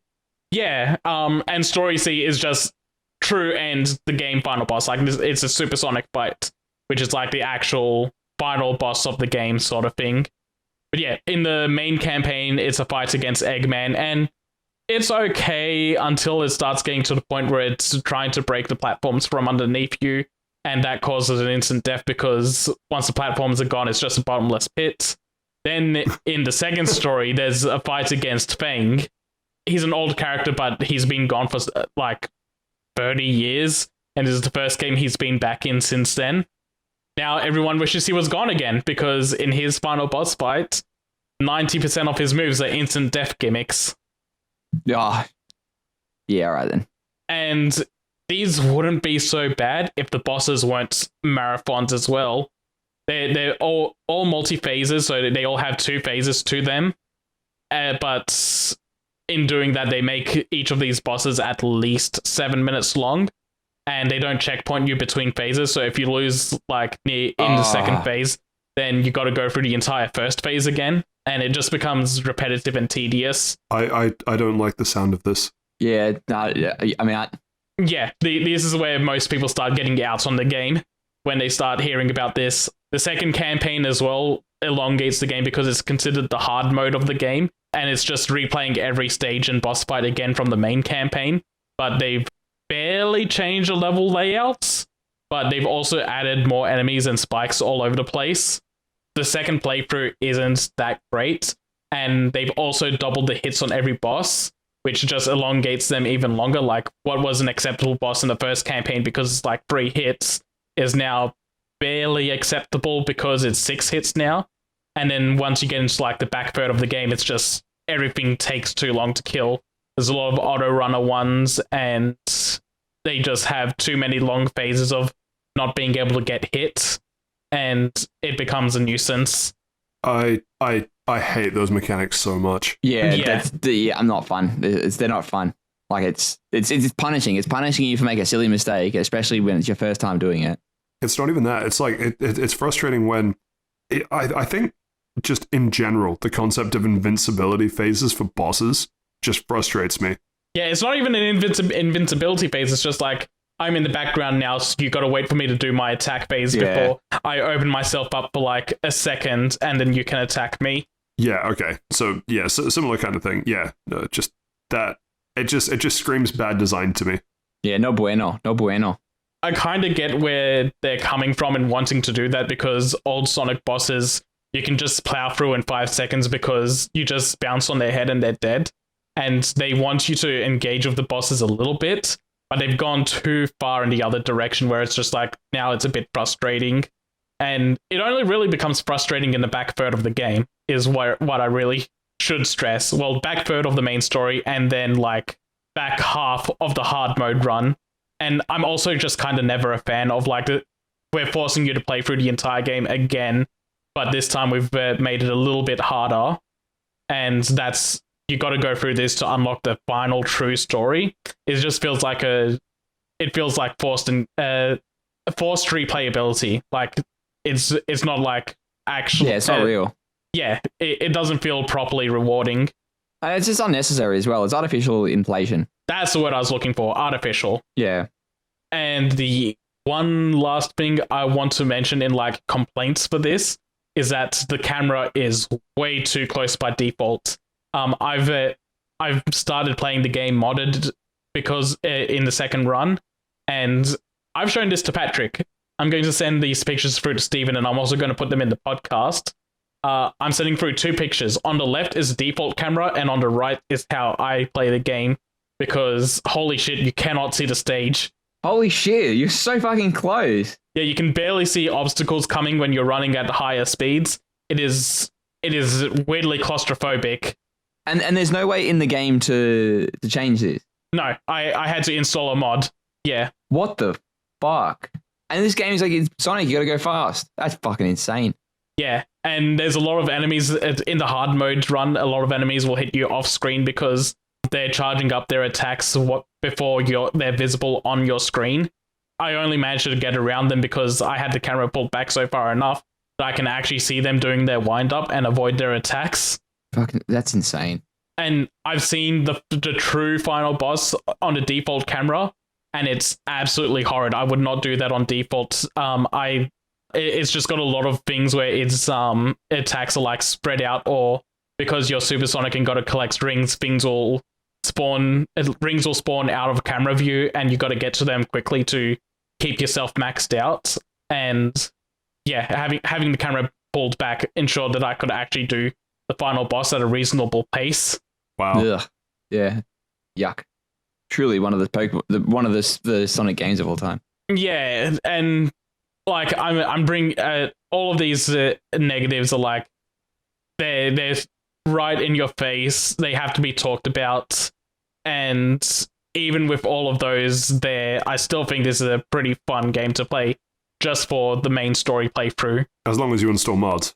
The mods are making the replay more fun. Is how I'm doing it. Like, yeah, have you justify it to yourself, I guess. Like the main story campaign I played unmodded, I had a good time with it. It was just really the final boss that frustrated me because it took me a while with the instant deaths happening in phase 2 of it, and then having to restart over and over again. But everything before that was fine, and I was like, it seems like the hates for the bosses are a little overblown. But then the second playthrough was where I started realizing all that, and was also where I had the game modded to a point where it's like, okay, if I didn't mod this would be way more frustrating than it is right now. And even then I was getting frustrated. Final rating? See. Yeah, all those negatives on the surface, it's still like a 7 out of 10. I still enjoy it more than Sonic 2 and Sonic CD, but nowhere near as much as I enjoy like Sonic 3 and Knuckles and Sonic Mania. I would definitely suggest Sonic Mania before I suggest this. But yeah, I got this for like $60, and I think that was a reasonable price, but I also just like a massive Sonic fan. For anyone else, I would say don't get it unless it's like $40 and under. Well, I have absolutely nothing to contribute to this. All I know is that Sonic Mania remains the best Sonic game, and that's one not made by Sonic. Yeah, that was the one made by fans. Yeah, it really makes you think, doesn't it? Yeah, I'm looking forward to their new game as well. They're doing like Penny's Big Rollout, I think it was called. They showed it in Nintendo Direct. That looks really fun. I hope they do well on that. You mean the fan group? The people that made Sonic Mania. Yeah. Imagine a fan-made Pokemon game. There's so many of those. And they all swear to age up the script. Hang on, let me look. There's Pokemon Insurgents, Pokemon Uranium, Pokemon Black and Blue, thanks to Peter. I wouldn't call that a Pokemon fan game. I feel like they weren't fans, which is why they made that game. There's Pokemon Crown. There's the Brilliant Diamond, Shining Pearl remix thing that they're doing. Pearlescent Platinum. There's like a bajillion of them out there. And all of them are roughly the same games. Emerald Kaizo. They're all hard ones. Radical Red. You know, I saw recently there's a Pokemon mod called Better Than Fire Red. What? Like, what is it? Like, it's Fire Red modded. and so they just claim it's better than Fire Red. I've heard good things about Pokemon Roguelike. It might have a different name, but the roguelike mod. Oh, yeah, I've heard good things about that as well, yeah. I watched someone stream that. That looks like a lot of fun. Anyway, yeah, as I say, don't really have much more to add. I think you've covered all the bases. Yeah, anything more you want to add or anything from Steve? No, that's good. I'm not going to get this game. I do not care for it. Yeah, no, I got nothing else to add to it. Like, get it super cheap if you're ever going to buy this. Do not pay full price. You're a fool if you pay full price for this. I know someone that says that all the time. I bet they're an idiot. No, I bet they're based. Based where? Based in where? They sound like they get frustrated over RNG. Move on. Take us to the news. Take us to the ad break. I want to hear from our sponsors. Well, as Steve hinted at, we're now at the end of part 1 for this week. Thank you to you both, as always. We now get to move on to part 2, which is, of course, the ad break this week is brought to you by... Squarespace. Brought to you by Squarespace. I thought it was brought to you by Ligma. Who's Steve Jobs? Always funny. Part 2. Anyway, move on to part 2 for this week, which is, of course, the news brought to you by Squarespace. Squarespace, the company that, from the name alone, no idea what they do, assume you can send squares to space. Or maybe they give you spaces that are squares. Ooh, interesting. I feel like for this bit to work, we actually need some sort of sponsored read, but we don't have one of those, so we're just going to move straight to the news anyway. I think people should, but if you want us to read out your ad copy on this podcast, get in touch. Not many other podcasts go for 101 episodes. That's 101 episodes we could slot something in for. I don't think sponsorships work like that, but anyway. Look, HelloFresh, they call me Heavy Specimen for a reason. I will put anything you send me down my throat. You know what? Ignore that. Edit that out, Saif. I refuse. How else will HelloFresh know that I'm ready and willing? I was ready for the in my mouth. I was not ready for the down my throat. But real talk, is the world ready for Sonic 3? Yes. No. Interesting. It seems like we have a division here at Fast Travel Lounge. Discuss. It's a baby movie. I think the world is ready for Shadow the Hedgehog to grace us on the silver screen. And the Silver, that's he's a different another character. hedgehog. Hey, He is. my guy. Yeah, I don't know. It was happy and lighthearted when it was Sonic 1 and to a lesser extent 2, even though I fell asleep during number 2. And then the joke went too far with Sonic 2. Yeah. I like Sonic 2 a lot more than Sonic 1 because it had a lot less focus on the people that weren't the Sonic characters. The worst part of Sonic 2 was when they did focus on the non-Sonic characters. Yeah. Jim Carrey is a national treasure. No, he's a Sonic character in the movies. He counts. Oh, I see what you mean. I thought you meant like not focusing on Sonic as Sonic. No. Jim Carrey is Dr. Eggman and his sidekick. I'm not sure who the actor is, but the character is Agent Stone. They're Yes. both delightful. Oh, Dwayne The Rock Johnson. No. The Rock's younger brother because he's just a stone. Oh, Pebble. Pebbles. Dwayne Pebbles. Now I picture. Oh, you know, it'd be like Dwebble, but like Dwayne's face on it. Oh, hang on. It's actually a costume for Pokemon Unite. I'm so keen for this. I don't want to spend too much time on this because we already made the jokes at the beginning of the podcast. But two things real quick. One, the logo is absolutely based because it's just a Sonic Adventure 2 logo. Is it really? Yeah, the Sonic Adventure 2 logo has the Sonic spines on the top and the Shadow spines on the bottom. They've done that again for the Sonic 3 logo here. And two, real quick, let's run down the possible candidates of who could be voicing Shadow. And I want your guys' takes on who it should be. Ooh. Michael Cera. Patrick, let me finish. So the top fan casts right now are Keanu Reeves because of John Wick, Nah. Robert Pattinson because of The Batman, or Chris Pratt. Oh, hang on. Chris Pratt. I feel like Shadow does hate Mondays, so I will also say Chris Pratt. I'm glad we're all in agreement then. Yeah. Realistically, it should be Idris Elba. Idris Elba was Knuckles though. Oh, fuck. That's right. He was too. Oh, I made a fool of myself. It's the Sonic movie, but Idris Elba voices every character. Oh, hang on. I'd watch that. You know what? I reckon it should be Yusef. You should voice Shadow. Nah, I'm not that edgy and cool. I can only dream of being like Shadow. Get training. Like, instead of running, you got to do that slide thing he does with his feet. Like, he's ice skating all the time. Hold on, let me skate. You mean like he walks around in Heelys? Not. It's more like roller skates. Yeah, I'd actually need to just go on roller skates everywhere like Ramona. Yeah, that's how he runs. Son. Anyway, can we move on from Shadow? Easy. He's just standing Easily. there, menacingly. We just turn on the lights to get rid of the shadow. Shadow boxing. I see you. But the more light there is, the bigger the shadows get. Kingdom Hearts taught me that one. It wasn't the public education system. It was Kingdom Hearts. It was Kingdom Hearts. I was a little late on that one. Kingdom Hearts. One more quick thing. They're saying the movie's coming out December 20 next year. 2024. I should say that.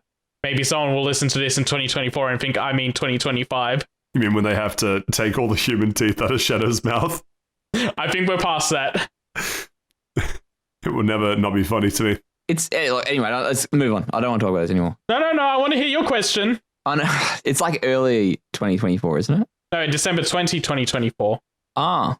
It says so right in the tweet. Yeah, well, I'm not reading the tweet, am I? I've already closed it. I don't want to interact with it anymore. I'm reading the next news story. Well, speaking of closing and moving on with things, that's what David Zaslav has been talking about with shelving movies and how they took courage to do that. He shelves movies. He puts them up his bum. Yeah, that's exactly how I read it, Steve. I assume that is exactly what he meant when he said that he shelves movies. He goes to the video store, says, I own this movie, and then just shoves it just right up there. I too would say it takes a lot of courage to do something that gets me investigated and potentially makes a new law to avoid doing the thing I just did. Hey, we call him the Trailblazer. Okay, to be fair, it took real courage to take the massive streaming platform that is HBO Max and Discovery Plus or whatever the other one was, and then merge it to Max, the thing with zero brand recognition. That took courage. What we're saying is this man is very smart. We appreciate everything he does, including giving us way too much money. Isn't that right, David Zaslav? No, he's giving himself too much money. Maybe it does. I don't know. Putting on my billionaire hat for a second. Does it take courage because you're automatically... Is it a big hat or is it a small hat? Describe the hat. It's a red MAGA hat. Do you reckon that it's like he's saying, it takes courage because we don't make any money if we shelve them? That's his opinion, I guess. I don't know. It's cope or something. Yeah, it's something like making the hard choice between spending more money on marketing and promotion or just eating the 100 million and shelving it. Yeah. And he says those decisions are hard, but when he looks at the company now, he thinks it's healthy and it took a lot of courage to make those decisions. And he can eat it. His head is so far up his own ass, he needs to get the boot already. His head is so far up his own ass, he's watching the movies he's shelved. He's watching Batgirl right now. He probably has seen it like 20 times and is like, yeah, this is the best movie in the world. I don't want other people to see it. Yeah. I mean, this is the man that decided they really needed to release The Flash. I need to watch that. Apparently it's not too bad. I haven't heard many good... Wait, I mean, I guess it depends on which Flash, but the recent Flash movies I haven't heard too many good about. But imagine he goes to like, I don't know, like a neighbor like picnic or something, like a neighborly barbecue. And he talks about this great movie that he saw recently, and it's fucking Scooby-Doo Holiday Haunt or whatever, Halloween Haunt. The other one cancelled. Talking about how great the film is, because I'm sure he's seen it. Anyway, yeah, I don't have a lot of time for him. I am waiting to see any decision that he does that doesn't make me question his sanity, or the sanity of the board that keep him employed. Maybe the next time we hear about him, he'll be resigning. Or the next time we hear about him, he'll be on the board, much like OpenAI did to Sam Altman recently, which we're not going to spend too much time on because holy shit, there is so much baggage to go through with this. But short version, he's back. Can we move on? Yeah, I'm fine with that. Welcome back, Mr. Altman. He's back. There's like a few changes to the board and stuff, and Microsoft is now much happier. Main overarching take I've seen from a lot of people is that OpenAI is now just like a for-profit company, regardless of the company structure. So we're pushing towards the singularity. We'll all be dead in 20 years. It's been real. It's been fun. Maybe we celebrate episode 200, and maybe we just get AI to write the next 500 after that. Anyway, we gonna move on. Do you reckon when he's posting on his main account, he's Sam Mainman, but he's just always on his alt account? That's why he's Sam Altman. Patrick, you have my permission to ignore that one. I gotta be honest, I'm kind of intrigued as to where that one goes. What do you mean that was it? That's all it goes? No, but like he gets fired. He gets fired, and he's like, "Yeah, you fired my alt." Yeah, you fired my alt account. My main is level 100. You cannot fire me. In the Senate. Well, speaking of firing, Unity is fire. Well, I guess laying off, but potato. 265 employees out of the thing that they purchased rather publicly last year, 2 years ago. Weta Workshop. No, not Weta Workshop. Weta Digital. Weta Digital. Thank you. I knew there was a distinction there. Yeah. So we talked about it very briefly.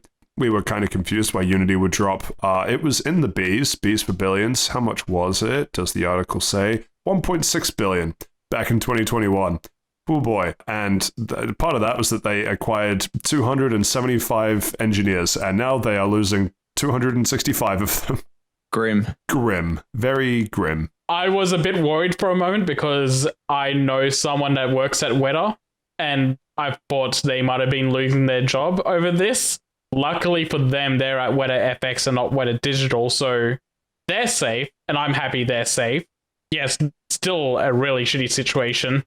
From what I understand, this is all software developers and engineers that work on like the engine side of things, rather than any of the movie side of things that Weta would normally be known for. And you know what? It's our fault, because if we just ate the licensing fee, we wouldn't have to fire 265 engineers. Why did I uninstall Sonic Superstars 20 times? I knew it would bite me in the ass, and I did it anyway. No, very true. Shitty situation. I hope, maybe naively, that there's a chance that things sort of go back to how it was before Unity's takeover, where I don't know how many people are currently there, but if you're losing 265 people and they were all at the same company before, maybe there's a chance that they just get together and form their own thing, given that they probably all know each other. So, yeah, I don't know. Potentially, maybe Peter Jackson and Weta just eat the cost and open up their engineers side of things again and bring all those people back. Yeah, I hope there's a happy ending out of this, and I think the chances of there being a happy ending out of this are higher because it does have things like Weta group and Peter Jackson and just New Zealand in general attached to a lot of this. So yeah, we'll just have to wait and see. You New Zealanders always going on about New Zealand. It's either that or the Lord of the Rings. Was the Lord of the Rings filmed in New Zealand? No one's ever said anything. I know, surprising, isn't it? Apparently it ruins New Zealand, actually. We're going to move on. We're going to move on to, speaking of ruining things, Embracer is ruining 50 employees' Christmas by laying them off. It's ruining a lot more than that because they're shutting down Free Radical, which is a Time Splitters team, and so many people wanted Time Splitters 3 to happen. I think 3 people wanted Time Splitters 3. I don't think anybody was asking for it. It's just kind of amazing how every week there's another story of Embracer laying off a bunch of people because their big plan to be bought out by a Saudi prince didn't follow through. Yeah, it's actually funny. It's kind of unfair to be like, oh, we expected these investors, and like what the Saudis were like pretty close to investing, so they might have just been like, oh yeah, we definitely have this money, but the Saudis are actually like, oh yeah, no, we were just thinking about it. The deal fell through literally at the last second. Yeah, is that what it was? Ugh. Like the thing that I hate the most about that, right, is that let's say the Saudi prince does complete the investment and buy them out, whatever. Let's say all of that happens. I don't think it actually changes. I have to assume if you're a Saudi prince and you're going to drop money with a B on, let's say, Embracer, or even just some of Embracer's property, that you'd have to be diligent enough to understand what it is that you're purchasing. If Embracer doesn't think there's enough viability in keeping them around and eating the cost for the short term, and therefore laying people off, it seems like a really, really weird leap for me to hear that they say, oh, if only this other person bought in and took it off of us, then they wouldn't go and lay all those off, because somehow the injection of cash from buying it changes that. And I don't think it does. Like, to me, it honestly, it reads like people that went and bought NFTs, and then the NFT market crashes, and if only someone bought the NFT off me for more than I paid for it, everything would be fine. Yeah, no, that is essentially what happened. Because of COVID, the gaming industry saw a massive influx of cash, and investment. So Embracer was just like, oh, well, we'll capitalize on this and buy more than we can actually reasonably afford. And it was all because I do think it was that $2 billion was a $2 billion deal as well. And that's a lot of money. And yeah, it really sucks that they banked everything on this deal going through. But my point is, if you're the Saudi prince in that situation, then you're in a similar boat of now the only way that you make money back is if someone buys it off you. And you're always, it just feels like you're always looking for a bigger sucker to pay more money than you did. So I guess I just don't, maybe it's naivety, but it feels like a dumb argument to be like, oh, someone didn't pay more for this than I did, therefore it's their fault. Or like, we can blame the person that didn't put money in, when if they did that, what's stopping the Saudi prince in 6 months going, oh, I was trying to sell it to another Saudi prince who was so close to buying it off me, didn't, so we have to lay off 50 people. It feels like there's no end line there, so it feels weird to use that as an argument to me. Yeah, I think it's because it wasn't really going to be they were buying it off them. It was going to be a partnership deal. Like Embracer would have just had that $2 billion to help keep funding all the purchases that they had made. But because they didn't get that, then they had to start cutting. And maybe you're right, and in another 6 months they would have had to make another deal to keep things going. But $2 billion is a lot of money. I think that would have lasted them a while. Surely it does. Like, pretty gross if it wouldn't. Yeah, and they were doing all these things. Like one of the studios they own is Gearbox and Randy Pitchford and Borderlands. That would have another Borderlands would make them a lot of money, I imagine, no matter the scenario. I love the phrasing of that. In that Embracer Group, the entity, owns Gearbox and therefore also owns Randy Pitchford, the person. And has the rights to the Borderlands franchise. Like, it's like someone walking down a hallway, and it's just you know, like walking through a garage, and you have all of the like cars that you own to either side, and one of them is just Randy Pitchford chained to the wall. Randy at this point kind of he seems like he thinks he's bigger than Gearbox because he's trying to move into cinema as well, and he's doing that Borderlands movie. So I think it's fair enough to put him into his own little box where he belongs. Where he can't try and wet willy a voice actor. Wet willy a voice actor. And not pay them. Yeah, that's the icing. He wet willies you in the voice booth and then doesn't pay you. Truly the darkest timeline. Yeah, I don't know. I feel bad for all the people affected, of course, but I look at Embracer Group just eating every company that they did, and us going, man, I really hope it works out for them, and it not working out. And it's like, well. Is there any accountability at the top? Not really. We talked about how, was it the CTO? Two of them shifted to go to their own, let's buy a bunch of properties but do it right this time group, which... Yeah. Jesus, okay. It's almost like corporate conglomeration is a bad thing. What do you mean? Look at all the innovation we have. Now the diversity in studios being shuttered has never been higher. Yeah, it's so weird. It's so weird. The dynamic of 2023 has been one of the best years in video game history if you play video games, but it's one of the worst years in video game history if you make video games. Yeah. Think about it this way. All the people that are being let go are forming new studios. So it's like a big wildfire blowing through, and then to drop a lot of seeds, and all these seeds will grow and we'll get new game studios.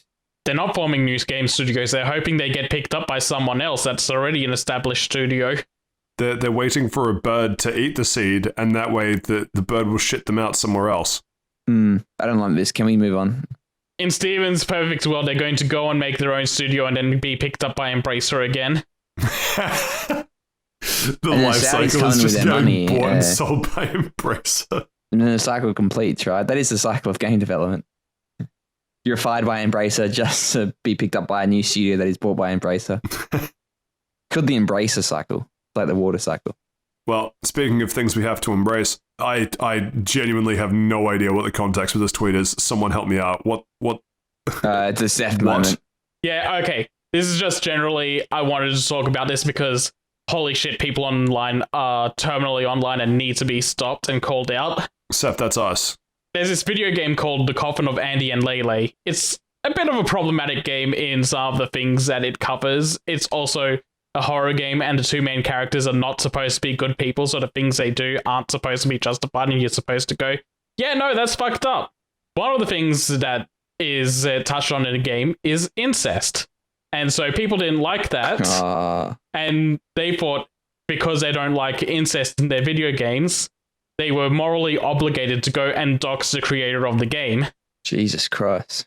The creator of the game has handed over the publishing rights to Kit9, which was the publisher who helped with like just coding the game and helping it get put out onto Steam and everything. Also, she's gone into hiding. She's like completely offline now. She's only talking to Kit9 about the video game itself and not even asking about like the reception of it or what fan feedback is or anything. She's just like cut out herself from all of that and taken all of her previous games off of itch.io. So she's just like going off the grid now because of being doxxed by a bunch of stupid people who couldn't get past not liking a video game. That's actually because I quickly Googled this game. And for those that can't remember, it's The Coffin of Andy and Lele. Watch Me Whip and Watch Me Lele. It has 4,700 recent reviews, overwhelmingly positive, and 8.5 thousand overwhelmingly positive like reviews. That's fucking amazing. That's like AAA numbers in types of reviews just for Steam as well. It's very interesting to see if like, is it actually a good game, or is this controversy generated a lot more marketing, like accidental marketing, of course? It was pretty big already before the controversy. I had heard about it a couple of times. I was like, oh, this seems to be touching on things that I don't want to personally go through in the game, so I'm ignoring it. And then it popped back up like 3 months later. Hey, they doxed the creator. Yeah, it's fucked. Yeah, that's insane. People need to go outside. Literally touch grass and grow up. Yeah. If you don't like a thing, just ignore it. But Steve's still here. But I do like it. I'm good at it. Patrick, if you're listening to what he says, that's on you. I just tune him out. Just tune it out. Bark, bark, bark, bark, bark, bark, bark. Yeah, it's all you hear, isn't it? You hear something, Patrick? I hear nothing but sadness for, I was going to say another victim of Embracer, but like not really. Yeah, just, I don't know. Don't really have any thoughts beyond what you've already said. Shitty for the creator. Yeah, and it's from an anonymous website, so you can't really track down who did it to get them into legal trouble over it. Yeah, it just sort of add this to the list of like just shitty, like today on the internet, you know, shitty thing number 4,000. Dox the creator of a game you don't like. It's so fucked up that people can do that. Anyway, yeah, we can move on. It's also fucked up that people can storm the stage and talk about what was the kids thing? Bill Clinton. He wanted to nominate the award to Bill Clinton. Yeah, well, if that sounds familiar, it's because it was like a 19-year-old terminally online prankster, I think, for some Original prankster. Yeah, like and subscribe. Stormed the video game awards and bamboozled all of FromSoft by accepting the reward and then going on a weird Bill Clinton speech. And Jeff Keighley, and I have a direct quote here, says, "We'll execute anyone that tries that this year." So that's an interesting step up. He says, "I am packing heat like you would not believe," and then motioned at a Desert Eagle, which is now on his hip. That will make for an exciting addition. I've seen leaked Discord messages from Jeff Keighley that's going to people going, "Here's the deal. I want them taken out, clean shots." Look, and I think because he said this, he's literally just going to, unfortunately, just as we said in the previous article, encourage people to do this, like because it's the meme or it's their 5 seconds of fame or whatever. But yeah, we're at that point. Like, yeah, what had happened to not the Game Awards, Summer Games Fest, and like just before Todd Howard came on, and you could just tell Todd Howard was not impressed. He was a bit nervous. But yeah, it would not surprise me if this person is literally killed. If it happens again, they're going to go to the Game Awards in the sky. The thing is, think of all the good press that would come from this. Of Jeff Keighley executes Stagecrasher. Imagine Live on that, right? stage. He's just fired the shot. He doesn't even Smell wait. of- Like yeah. The guy gets up from his seat and just gets shot. You don't even get up off the. You don't even get out of the seat. You just your finger switches the wrong way and you're taken out. There's a laser dot on everyone in the audience. It's an actual Squid Game moment. No, imagine Jeff Keighley's just fired the shot. Smell of gun smoke hanging heavy in the air. Everyone's like, holy shit, and just like not even sure what to do. And then Jeff Keighley just goes, don't worry, he'll respawn, and then just calmly walks off the stage. I don't know about you, but that would be my gamer of the year. Anyway, yeah, so on a slightly more serious note. My gamer of the year.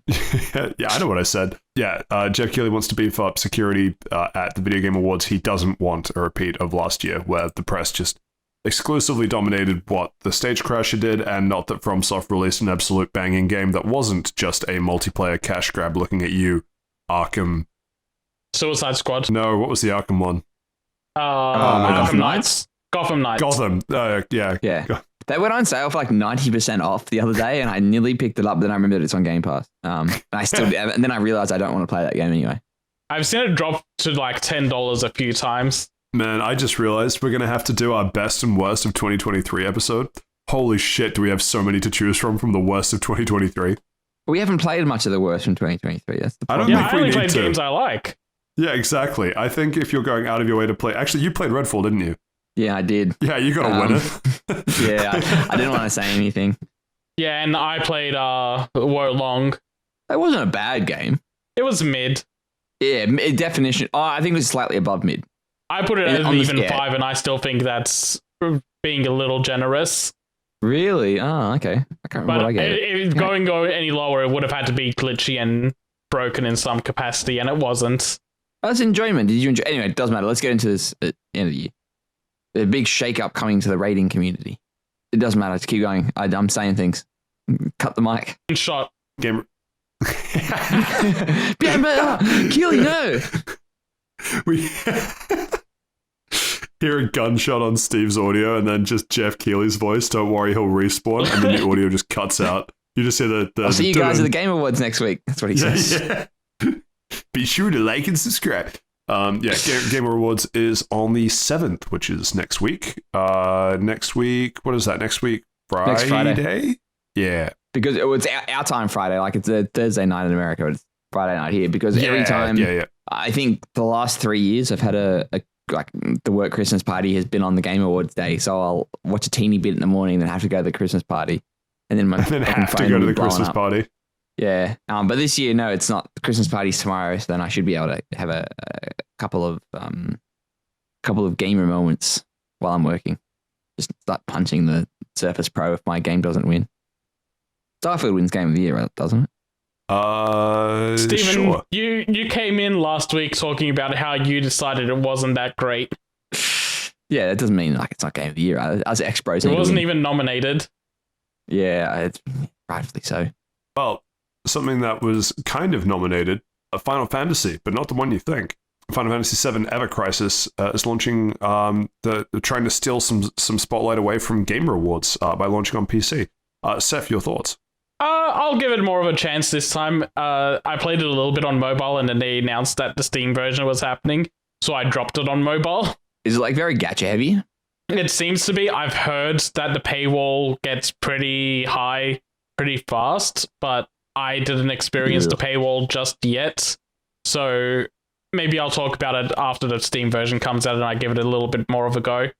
They just showed off Christmas outfits to get people to spend money on it. Oh, boy, Santa I'm not outfits. I going love to. Santa outfits. I'm not going to, but I'm starting to get it. I'm starting to understand how people fall into the gacha hole. Yeah, fair enough. Good to move on? Or Good to move on. Good to move on. Good to move on. Steve, good to move on. If I was any more good to move on... He would have already moved on by now. Would you say that if you were any more good to move on, that you would be beyond good? Maybe a little evil. A little evil. Ooh, perhaps beyond good and evil. And I mean, he has the reading ability of a 20-year-old. That might actually be a compliment. I'm not sure. 20-year-old me reads a lot more than me now.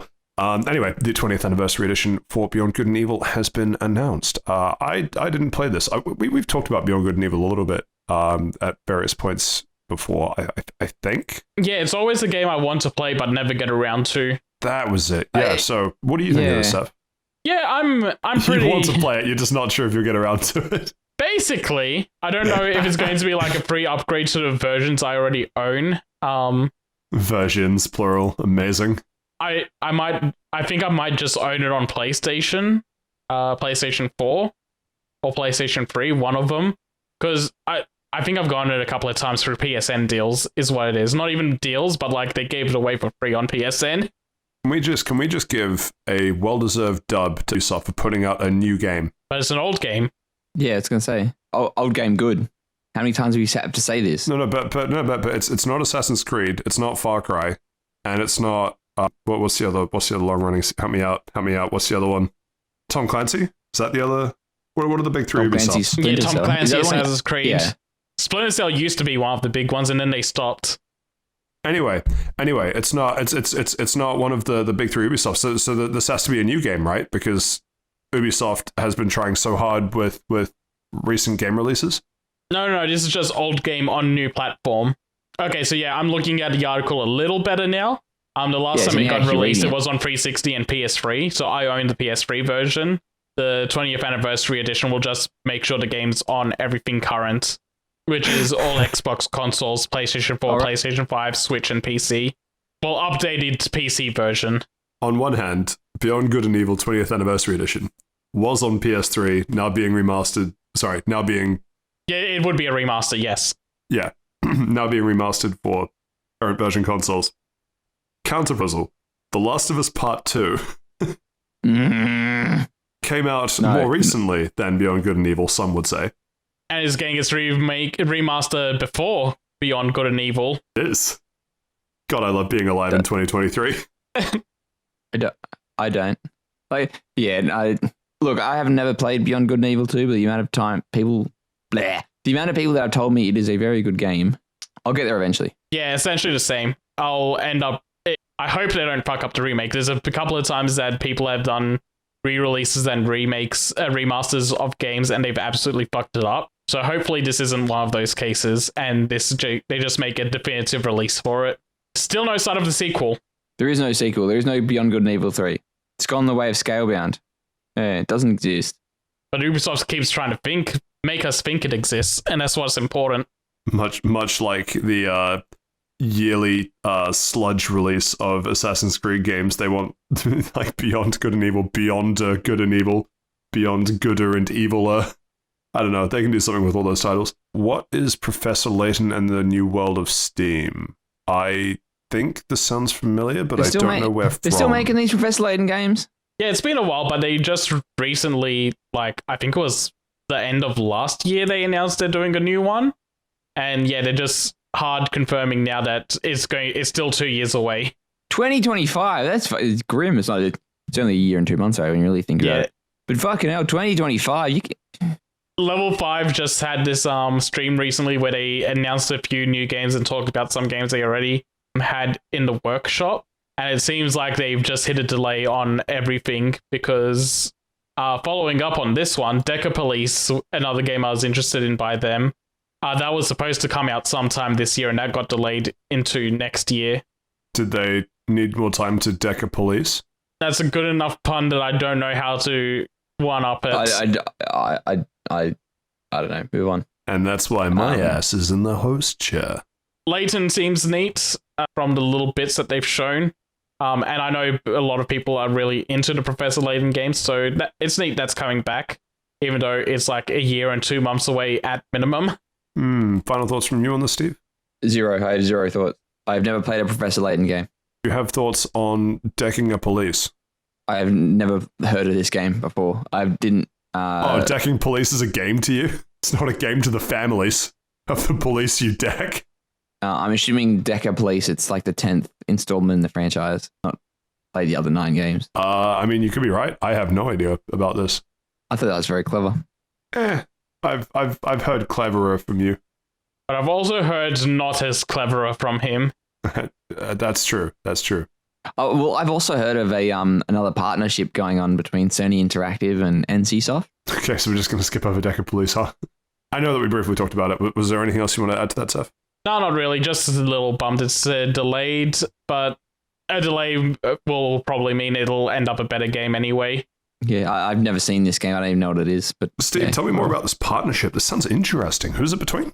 It's between Sony Interactive Entertainment and they're a little studio that does things like those games that no one's heard of, like God of War or Spider-Man. I think they do some hardware, but I'm not too sure about that.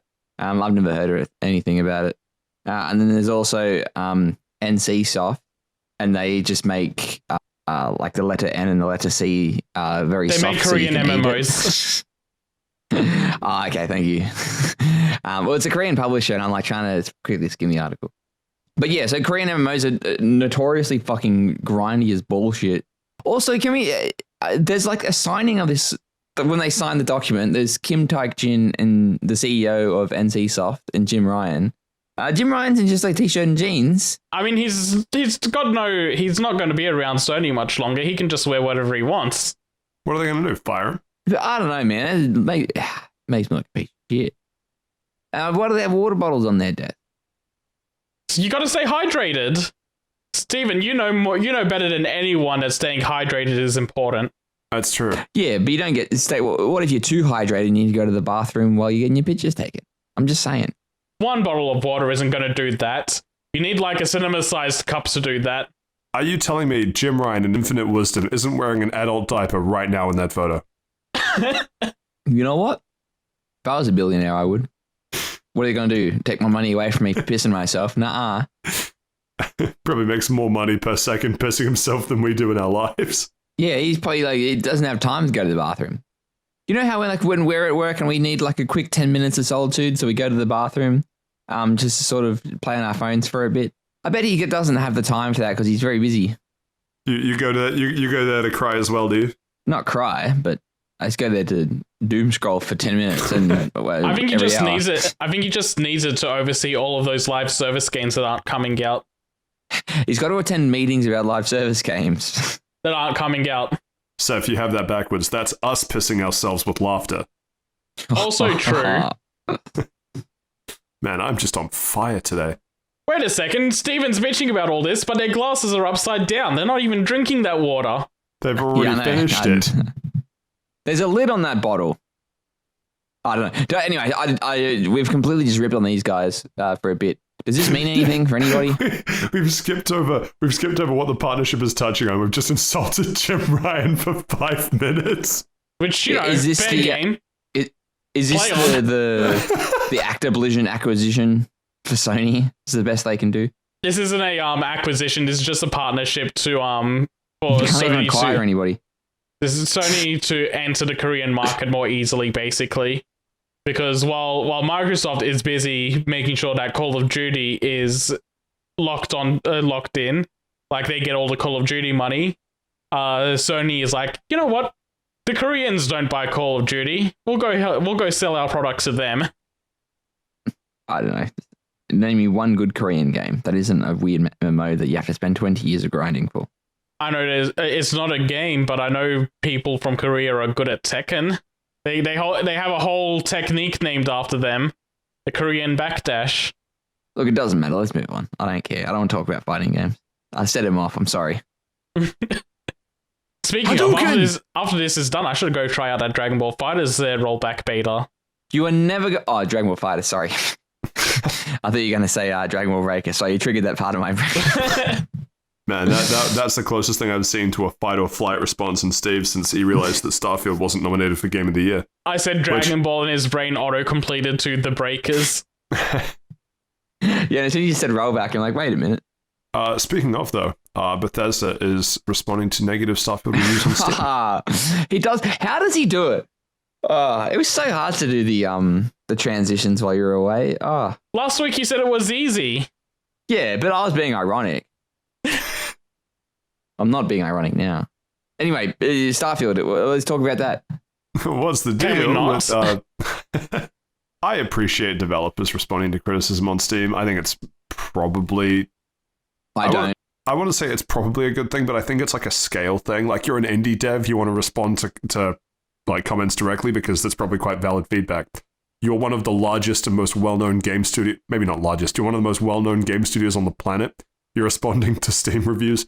Maybe not a great look. It's just fucking weird. Like I don't know. There's something indie developers and games in early access, I can understand responding to feedback and getting the community engagement. But getting like Bethesda, a big publisher, to be like, you know what? Today I will comment on Steam reviews. And I'm not sure if you guys ever read Steam reviews. They're not exactly well thought out think pieces. So there's two things I want to talk about from this one. The first one is one of these a couple of these just read like, they just go, thank you for leaving time to leave a review on Starfield. And then they go into this whole marketing paragraph about how great Starfield is anyway. The other one is incredibly funny to me in that they say, we're sorry that you're landing on planets and finding them empty and boring. But, it's a good thing that they're empty because we designed them that way, because when the astronauts landed on the moon, there was nothing there and they weren't bored. That's so fucking different, man. They didn't go out there for fun. Imagine Buzz Aldrin and Neil Armstrong step out on the moon and they're like, we paid $60 for this. Wait a minute, this isn't fun. There's no intelligent life up here. In 60 years, they're going to make a video game that'll evoke these exact same emotions. They step out and they're like, oh man, thank God I got the season pass because this is boring as shit. Yeah, this literally seems like someone that was like a manager of marketing for like general social media for like Instagram community management or something. It's like, no, you have to reply to every comment. But then you take that principle to The like grave. gaming and it's like, well, that's sort of a really outdated way to do marketing now anyway, that community engagement, but like it doesn't work with the gaming community. It seems to be coming from their customer support team. Yeah, which means it's probably some manager's been like, you know what, we all have to do this. Imagine it's Todd Howard in like a disguised moustache walking around the customer services area going, hey guys, I have a great idea. I fucking love all of the edits of Todd Howard as like different members of his family all hyping up his next game. Yeah, I know the exact thing you're talking about. That's so true. It's me, it's Hod Howard. Have you guys heard about this Starfield game? But yeah, like this is very fucking sad. Let's move on. But it's no, you propped this game up. You sit here and you look at what you caused. I didn't prop this game up. It does some things. It does a lot of things actually, but there's no hook. And let's leave it at that.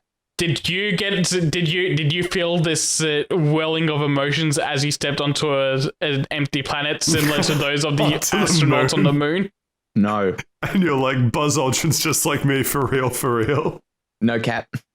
Man, that Buzz Aldrin be buzzing. Yeah, I don't know. Let's move on. Fuck me. Steve, this might be the meanest thing I've ever said to you, but I've been trying to hold it in for too long. I think it's finally it. This wouldn't have happened if you just bought the fucking skateboard like we told you to. So you're saying if I bought the skateboard, it would have fixed everything? Actually, Yeah, this isn't on it the would've. docket. They released like bed sheets and pillowcases. And if you bought so I showed those, it you to- would have saved their marriage. well, no, speaking of saving marriages, so I showed it to the girlfriend. I'm like, oh, like, what do you think of these sheets? And she's like, those are ugly. I'm not What buying if we those. kissed on the Starfield bedspread? But yeah, so I showed it to the girlfriend and she's like, absolutely not. And I'm like, oh, and she's like, oh, if they're like, how cheap are they? Like, I'm not going to spend more than $20. And I'm like, oh, it was like 75 American and it's like 25 for shipping. And she's like, absolutely fucking no way. And I'm like, all right, cool. What if I buy it on my account with my money? And she's like, cool, you can use it when you sleep on the lounge. Oh, babe, don't be like that. Wait a second, didn't you just buy artwork to hang on the walls? The skateboard, shut up. Boo. Skateboard's on Talking about the artwork. skateboard, I meant actual artwork that she bought to hang on the walls. Did she? She did. It was a few I don't months think she ago. went- You mentioned this. Yeah, that was like 3 or 4 months ago. Yeah. No, Seth, she only mentioned group chat she has with us two. Wait a minute, she mentions it on the female fast travel lounge. Female travel lounge. She buys art that just serves the purpose of decorating the wall, while meanwhile you're trying to get something that'll keep you warm at night while you sleep on the couch. She kicked me out for this guy. I knocked off one of her expensive paintings for Starfield skateboard. Okay, let's move on. Oh, good. Yeah, we're I've had gonna enough. move on. Oh, man. This is enough talking about what's between my sheets, not the Starfield match. Not the Starfield sheet. Well, as we all know, Eve, Alone in the Streets, A Dragon in the Sheets, a sequel to which is actually being launched March 22nd, 2024, Dragon's Dogma 2. I heard this was actually based on your likeness, Steve. How does it feel? It feels good. It feels good. I love to be the Dogma of dragons, especially the second one. Wait, so are you the dragon or the dogma? I'm the Dogma of the dragons. No, he's the two. He's the two. I'm the two. But I can only handle one, Stephen. Well, before you know it, there's three of us. All three of us are inside your walls. All three of them are sleeping in the lounge. Seth's lounge is now just a shelter for lost Steves. They come for the promises of Starfield bedspreads and Starfield skateboards is all they get. Good. So, who here has played Dragon's Dogma 1? I feel like we answered that last week. But I have. I'm saying it again. It was me. It was a great game. I wouldn't say great. Fuck you. It's like it's the greatest 7 out of 10 I've ever played. That's like what a weird thing to say. So it's an 8 out of 10, weirdly high praise. It's like, you know what you're getting out of a 7 out of 10. This is the best one of those. It's like when someone calls something aggressively mid. Yeah, but it's a good mid. Yeah. I wouldn't describe it like that, but I know exactly what you mean. Yeah, like I got when did I fucking play this? 10 years ago now. I got the remaster thing. Re-release. Can't really call it a remaster because it was on the same generation of hardware. Hey, hold up. Don't say that too loudly. They did a No, Dragon's Dogma came out through the 360 and they made one for the Xbox One, didn't they? Dark Arisen was on PS3 and 360, so they just re-released that version on Xbox One. Yeah, they didn't really do anything to it. I think they just did 3 things to it. Yeah. Improve the lighting or the sound or loading screens or whatever. But yeah, no, I got that. I got it for like $5 or something. I got to play it. I think I've got it installed actually. Because I really enjoyed it. It's very it's cool. It's on the Nintendo Switch as well. Fucking hell. Yeah, mechanically and gameplay wise, it's doing a lot of cool shit, but everything outside of that is very underbaked because it was rushed and under-budgeted. So they just made sure that the game played well. The story's dog shit. There's like weird quests that are just fetch quests that like no reason. And there's like one series of quests and you gotta get to the end of it and it's like, oh cool. I'll give you a next thing to do really soon, and then like nothing happens. So it sort of leaves you on a And then like the last third of the game gets weirdly esoteric and weird and out there. Yeah. And it's really interesting. And you read like their plans and it's like, this would have been really cool stuff if they had finished the game instead of making 1/4 of a game. Oh, well. Maybe I'll play it. I won't. But maybe I will. So to hype up Dragon's Dogma 2 a little bit, this looks like Dragon's Dogma if they gave it time and money. The greatest compliment. Yeah. I didn't watch any of the showcase. So it looks good, Seth. You keen? Oh, yeah, really keen. All of the stuff that was really good about Dragon's Dogma is still there and still really good and looks like they've improved it a lot. And in all the parts of Dragon's Dogma that was being held back because it wasn't finished, looks like it's an actual proper video game now. Fucking hell. So I'm going through the screenshots of this. There's a girl with like an archery thing. She looks like the maiden from Elden Ring. There's like Khajiit in there from Skyrim. Yeah, they've got elves in there with their own language now. And it looks like they've got Yennefer in there as well. In the showcase, they show a little bit of the character creator, and one of the default faces is just Leon from Resident Evil 2. Okay, that's pretty funny. The character creator looks really good as well. They say they used photogrammetry, I think it's called, where they basically just face scan people and you can mix and meld between those. And it turns out really well. Like the face scanning just helps with like making the facial features look more realistic. Can't wait to spend 7 years creating my character just to wear a full suit of armor and a helmet so I'll never see their face or their body shape. This is why I always turn on the hide helmet option. What if there is no hide helmet option? Then they made but a that bad is not game. real. I need to see that I'm wearing the helmet or I'll be like, oh shit, I don't have a helmet on. That sounds like a you problem. Yeah, it does sound like a me problem. I don't know what the solution for that is. Just get over it. Okay. Wow, he's over it now.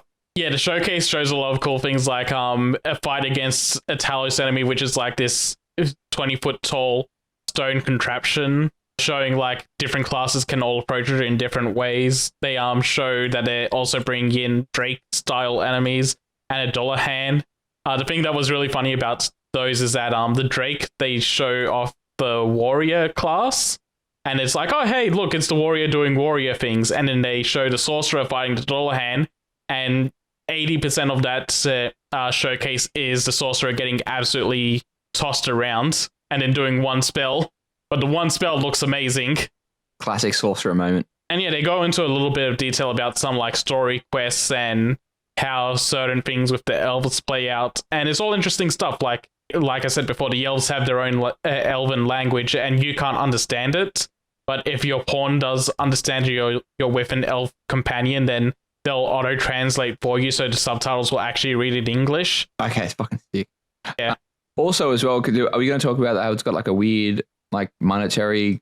They've got things called risk crystals, and it seems like it's like premium currency. Did they explain much of that? I didn't hear anything about that in the video.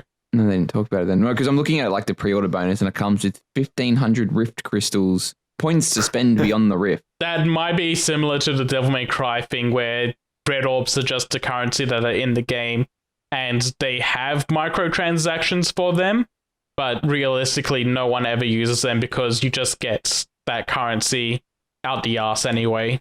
Okay, well, fucking that's better be. God damn it. Premium currency in a single player game. What's the point? I got to get those whales. But yeah, no, I'm keen for it. I'll probably wait a bit until it's $10 to buy it. But when it comes to base pass, then we'll talk about it. You buying this on release? I'm probably getting this on release. Yeah, I'm really excited for it. I really enjoyed Dragon's Dogma 1, and this just looks like more Dragon's Dogma, but with a budget, which is all I could have asked for. This may make it escape the greatest 7 out of 10 allegations and push it into an 8 or a 9. You're the only one with those allegations. And I'm right about them. I've said that opinion to many friends who have also played Dragon's Dogma, and they're like, yeah, no, I agree with that. In fact, I stole those allegations from them. We do be dragging this story out for quite a bit. Any final thoughts? Excited. I'll be there day one. It's releasing just enough time after Final Fantasy Remake that I'll probably have finished that, so I can play Dragon's Dogma with a clear conscience. We have finished the news section for this week, which it takes us right to the end of episode 101. No audience question this week, but if there is a question that you would like us to answer, get in touch. We're on Facebook. We didn't talk about the Fallout TV show. It doesn't matter. I don't want to talk about it. It's not out yet. I didn't know that was a thing. Are you good? Yeah, no. This morning they just released a couple of photos from the upcoming Fallout TV show, and it's coming out in April, I think, next year. But that's the news. It looks okay. Would you say it looks like the best 5 out of 10 TV show you've ever seen? I haven't seen it. It's not out yet. It wasn't even a trailer. Didn't realize they actually no. Having trailers in Fallout does make sense. Never mind. Trying to do a shitty joke, then I realized that's best left to the professionals. Steve. Anyway, feel free to get in touch. We're on Facebook, Fast Travel Lounge. Twitter, X, formerly Twitter, at Fast Travel Lounge -1 of the L's. Gmail, fasttravellounge@gmail.com. And Blue Sky, fasttravellounge.social. Did I get it right this time? I believe so. B-Sky, I think it's .bsky.social, but you can just leave it at Fast Travel Lounge. I tell you Fast this every Travel week, Lounge. you can just leave it at Fast Travel Lounge on that one. I will eventually get this right. One day. It is not missing the L either, because Elon didn't deem it worthy to take it from there as well. Oh, he will when he buys it and runs it into the ground. Is there anything that you want to hint at next week? A big episode 102 and possibly one of the last for the year. We're down to the last couple. Yeah, I'm not sure what I'll talk about next week. I say this every couple of weeks. I don't really have a plan for next week. Yeah, June. The new June game came out. June Spice Wars. It's like a 4X game. Literally came out yesterday. I put like an hour or two into it. Man, I have really a lot of thoughts about that. Not a lot of thoughts, but it's a lot of like as soon as you start, you're playing and it's like, this doesn't have this. Oh, it doesn't have this. Oh, it doesn't have this. It's a lot of like there are better 4X games out there. I see. Yeah.